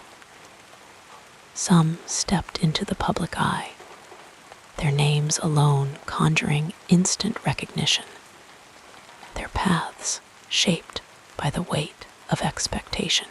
Others chose quieter lives, seeking distance from the glare of the spotlight. But in each of them, fragments of his personality lived on: the ambition, the defiance, the instinct for survival against the odds. They became keepers of his story, whether they wished to be or not, their lives forever intertwined with the narrative of a man who had once dominated the world stage. Institutions that bore his influence, whether by design or by reaction, continued to evolve. Political parties recalibrated, some doubling down on the populist energy he had harnessed, others straining to rebuild traditional coalitions that had fractured under his tenure. Media organizations, forever changed by the era of viral sound bites and relentless polarization, grappled with how to navigate a landscape where truth itself had become contested ground. Even the judiciary, reshaped by his appointments, carried forward interpretations of law that would echo for decades. The ripples of his presidency extended far beyond his time in office, touching everything from foreign policy to environmental regulations, from trade agreements to the very way America saw itself in the world. And then there were the movements, those that rallied to his banner, and those that rose in opposition. His supporters, a coalition bound by shared grievances and a belief in his disruptive power, did not simply fade away. They organized, they adapted, they sought new champions to carry the torch. Meanwhile, those who had resisted his policies found their own energy renewed, their activism sharpened by the battles they had fought. The political climate he had shaped became a defining feature of the era, a dividing line that future generations would look back upon as a turning point. Time, as it always does, softened the edges of memory. The fiery debates of his presidency, once so urgent and all-consuming, gradually settled into the pages of history books. Scholars pored over his administration, reassessing decisions with the benefit of hindsight, debating which of his actions had been truly transformative and which had been merely fleeting noise. Biographers sought to capture the full measure of the man, not just the public persona, but the private contradictions, the moments of vulnerability, the relationships that had shaped him, and in the quiet spaces between history and memory, his presence lingered. In the way certain phrases entered the lexicon, in the way rallies were staged, in the way leaders after him would pause before hitting send on a late-night tweet, he had left behind a world that was louder, faster, more combative, but also one that had been forced to confront its own fractures, to question its own assumptions. Now, as the night stretches on and the world outside grows still, the echoes of his story drift like whispers on the wind. They are there in the hum of a news cycle that never truly sleeps, in the fervor of a campaign speech that borrows his cadence, in the quiet conversations where people still ask, what did it all mean? The answers, like all things, will shift with time. But for now, the story rests, settling into the gentle rhythm of history, where all great figures eventually find their place, and as sleep draws nearer, wrapping the mind in its soft embrace, the weight of legacy feels lighter, drifting like leaves on a calm autumn evening. The battles, the triumphs, the controversies, they are all part of a larger tapestry, one that continues to unfold in ways no single person could ever fully control. The past is always with us, but it does not demand our wakefulness. It simply is, quiet and enduring, like the stars above, distant but constant, watching over the world as it turns, ever so slowly toward dawn. Wrapped in the comfort of these words, we'll drift together into the next part of this soothing biography. The story of Donald Trump, like all larger-than-life figures, has been shaped and reshaped by time, retelling, and the inevitable simplifications of memory in the quiet hush of evening, when the mind is free to wander. It becomes easier to see how myths take root, how certain moments are polished into legend, while others fade into the background, half remembered or misunderstood. History, after all, is rarely as neat as the stories we tell about it. One of the most persistent myths is that Trump's rise was sudden, an unexpected rupture in the political order. But if you listen closely, you can hear the whispers of earlier decades. The way his name first entered public consciousness, not as a politician, but as a brash businessman, a fixture of tabloids and television. His foray into politics was not so much a bolt from the blue as it was the culmination of a long dance with fame. A gradual shift from the boardrooms of Manhattan to the rally stages of Middle America. The story is less about an outsider crashing the gates than about someone who had spent a lifetime understanding the power of attention, who knew how to make an entrance. Another common misconception is the idea that his appeal was monolithic, that his supporters were of a single mind. But the truth is far more nuanced. Like the soft variations in a twilight sky, some were drawn to his promises of economic revival, the image of a dealmaker who could shake the system loose. Others found in him a voice willing to say aloud what they felt had been silenced, a defiance of political correctness that felt like liberation, and still others simply saw him as the lesser of two perceived evils, a disruptor in a time when disruption seemed necessary. To flatten these motivations into a single narrative is to miss the quiet complexities beneath the surface, the personal hopes, frustrations, and fears that shaped individual choices.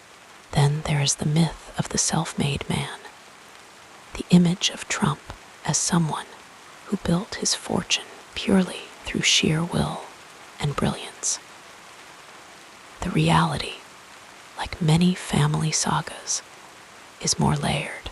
His father's real estate empire provided the foundation, the early lessons in business, the connections that opened doors. This isn't to diminish his accomplishments, but to acknowledge that no one truly rises alone. Every story is woven into a larger fabric of circumstance, luck, and the invisible hands that guide fate. Popular culture, too, has smoothed the edges of his persona, turning him into either a cartoonish villain or an untouchable hero, depending on who tells the tale. But the man himself was never so simple. He could be charming in private, disarming even to critics who expected only bluster. He had a knack for remembering names, for making people feel seen, if only for a moment. At the same time, his public confrontations often overshadowed these quieter interactions, leaving the impression of a man who thrived only on conflict. The truth, as always, resides in the spaces between a person capable of both warmth and combativeness, generosity and vindictiveness, often in the same breath. Even the idea that he was purely a creature of instinct, governing by gut rather than strategy, is only partly true. Yes, his tweets often seemed spontaneous, fired off in the early hours with little filter, but those who worked closely with him sometimes spoke of a different side. A man who absorbed information quickly, who understood the power of repetition, of branding, of controlling the narrative. His unpredictability was, in its own way, a kind of discipline, a refusal to be pinned down, to conform to the scripted norms of politics. And what of the policies, the legacy left behind? Here, too, the myths abound. Some remember only the turmoil, the constant noise of scandal and investigation. Others focus solely on the achievements, the tax cuts, the judicial appointments, the renegotiated trade deals. But history is rarely so binary. The impact of his presidency rippled outward in ways that were sometimes contradictory. Moments of diplomatic breakthrough, alongside deepened divisions, at home, economic growth, paired with a coarsening of public discourse. To reduce it all to a simple tally of wins and losses is to miss the quieter, more enduring shifts, the way trust in institutions, wavered, the way the very nature of political engagement changed. Perhaps the greatest myth of all is the idea that his story is over, that his influence has been neatly catalogued and filed away. But history does not work in such clean endings. The movements he inspired, the debates he ignited, the loyalties he commanded, these things do not vanish with an election loss or the passing of time. They linger in the way politics is conducted, in the expectations voters now have of their leaders, in the unspoken rules that have been rewritten.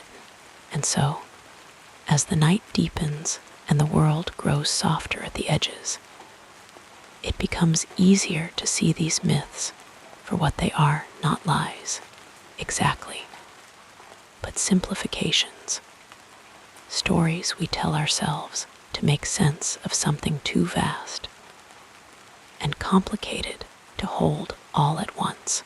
The real man, the real presidency, exists somewhere between the extremes, in the quiet shades of gray where most human truths reside. The mind, now drifting toward sleep, need not untangle all these threads tonight. They will remain, waiting patiently for historians and storytellers yet to come.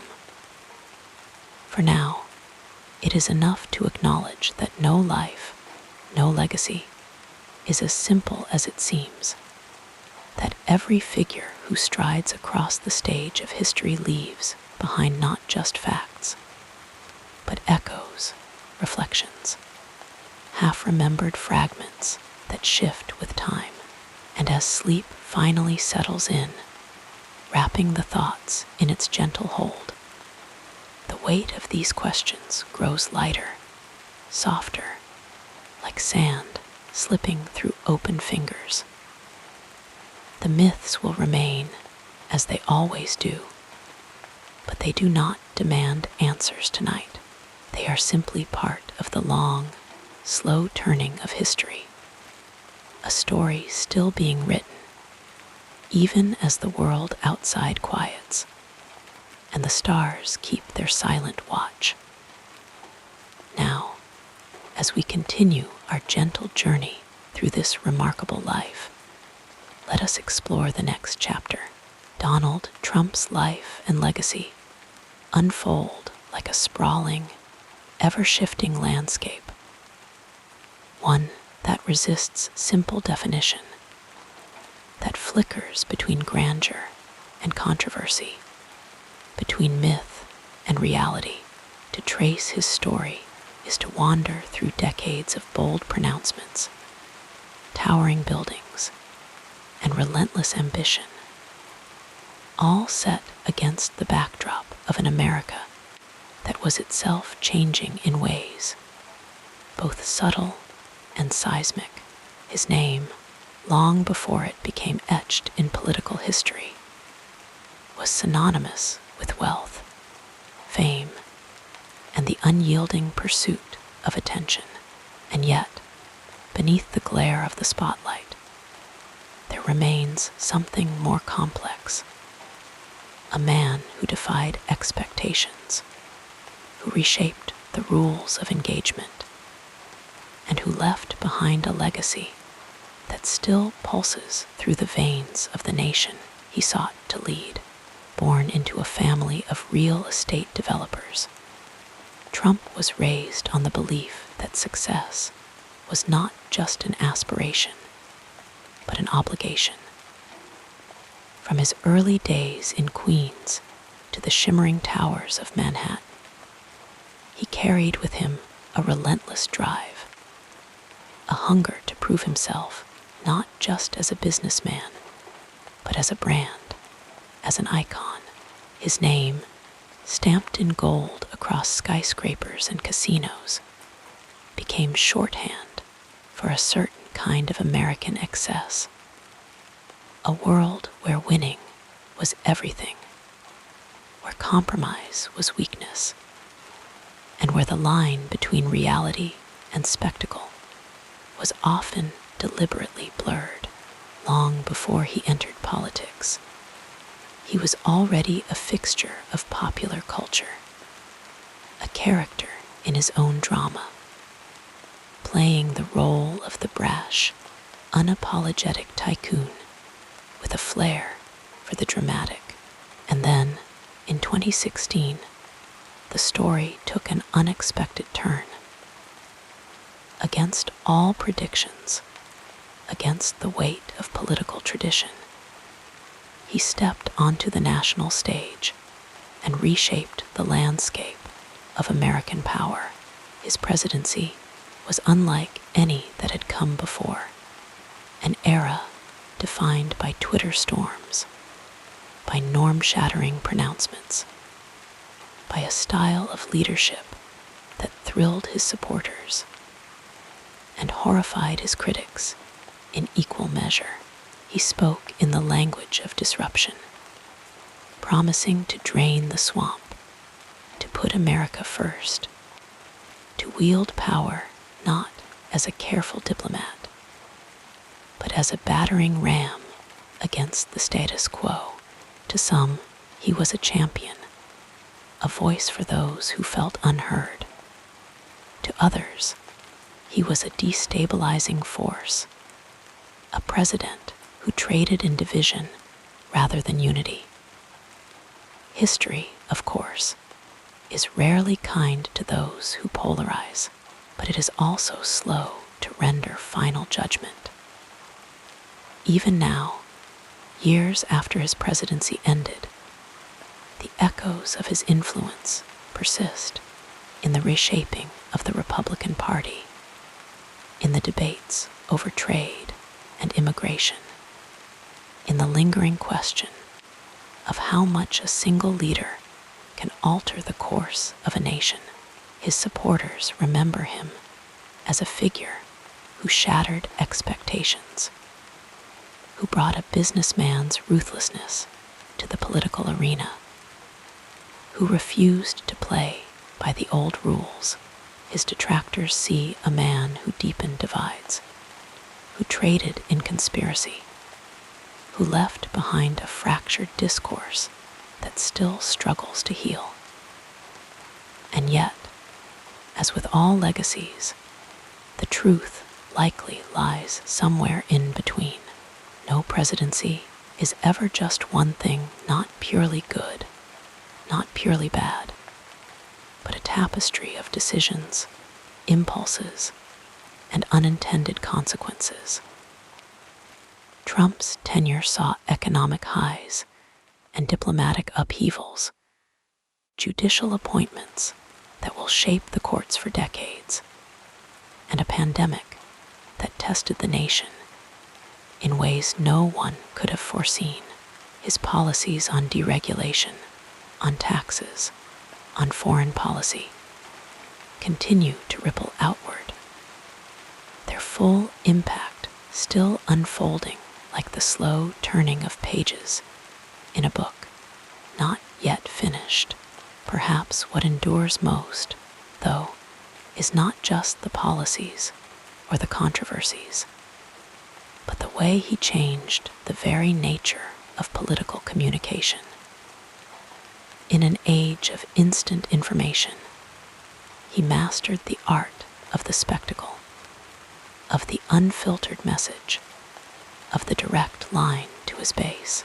He showed that in the modern era, power could be wielded not just through legislation, but through narrative, through the stories people tell about their leaders, about their country, about themselves. That lesson, for better or worse, has not been forgotten. Now, as the night grows deeper and thoughts begin to soften at the edges, the weight of judgment feels less urgent. The debates will continue. The historians will write. The partisans will argue. But none of that needs to occupy the mind tonight.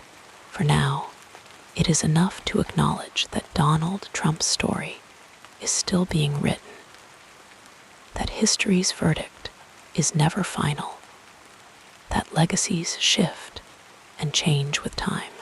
The man himself, like all figures who stride across the stage of power, was never just one thing, never just the hero or the villain, never just the disruptor or the defender, but a collection of contradictions, impulses, and ambitions that even now resist easy categorization. And so, as the quiet of the evening settles in, as the world outside grows still, the mind can let go of the need to resolve these questions tonight. They will remain, as all great historical questions do, for another day. For now, there is only the gentle rhythm of breath, the slow drift toward sleep, the knowledge that the stars still turn above, and that the story, whatever it may be, will continue to unfold in its own time. Rest easy now. Let the thoughts soften. Let the questions fade. Tomorrow will come as it always does. But tonight, there is only the quiet, the stillness, the deep and peaceful dark. Sleep well.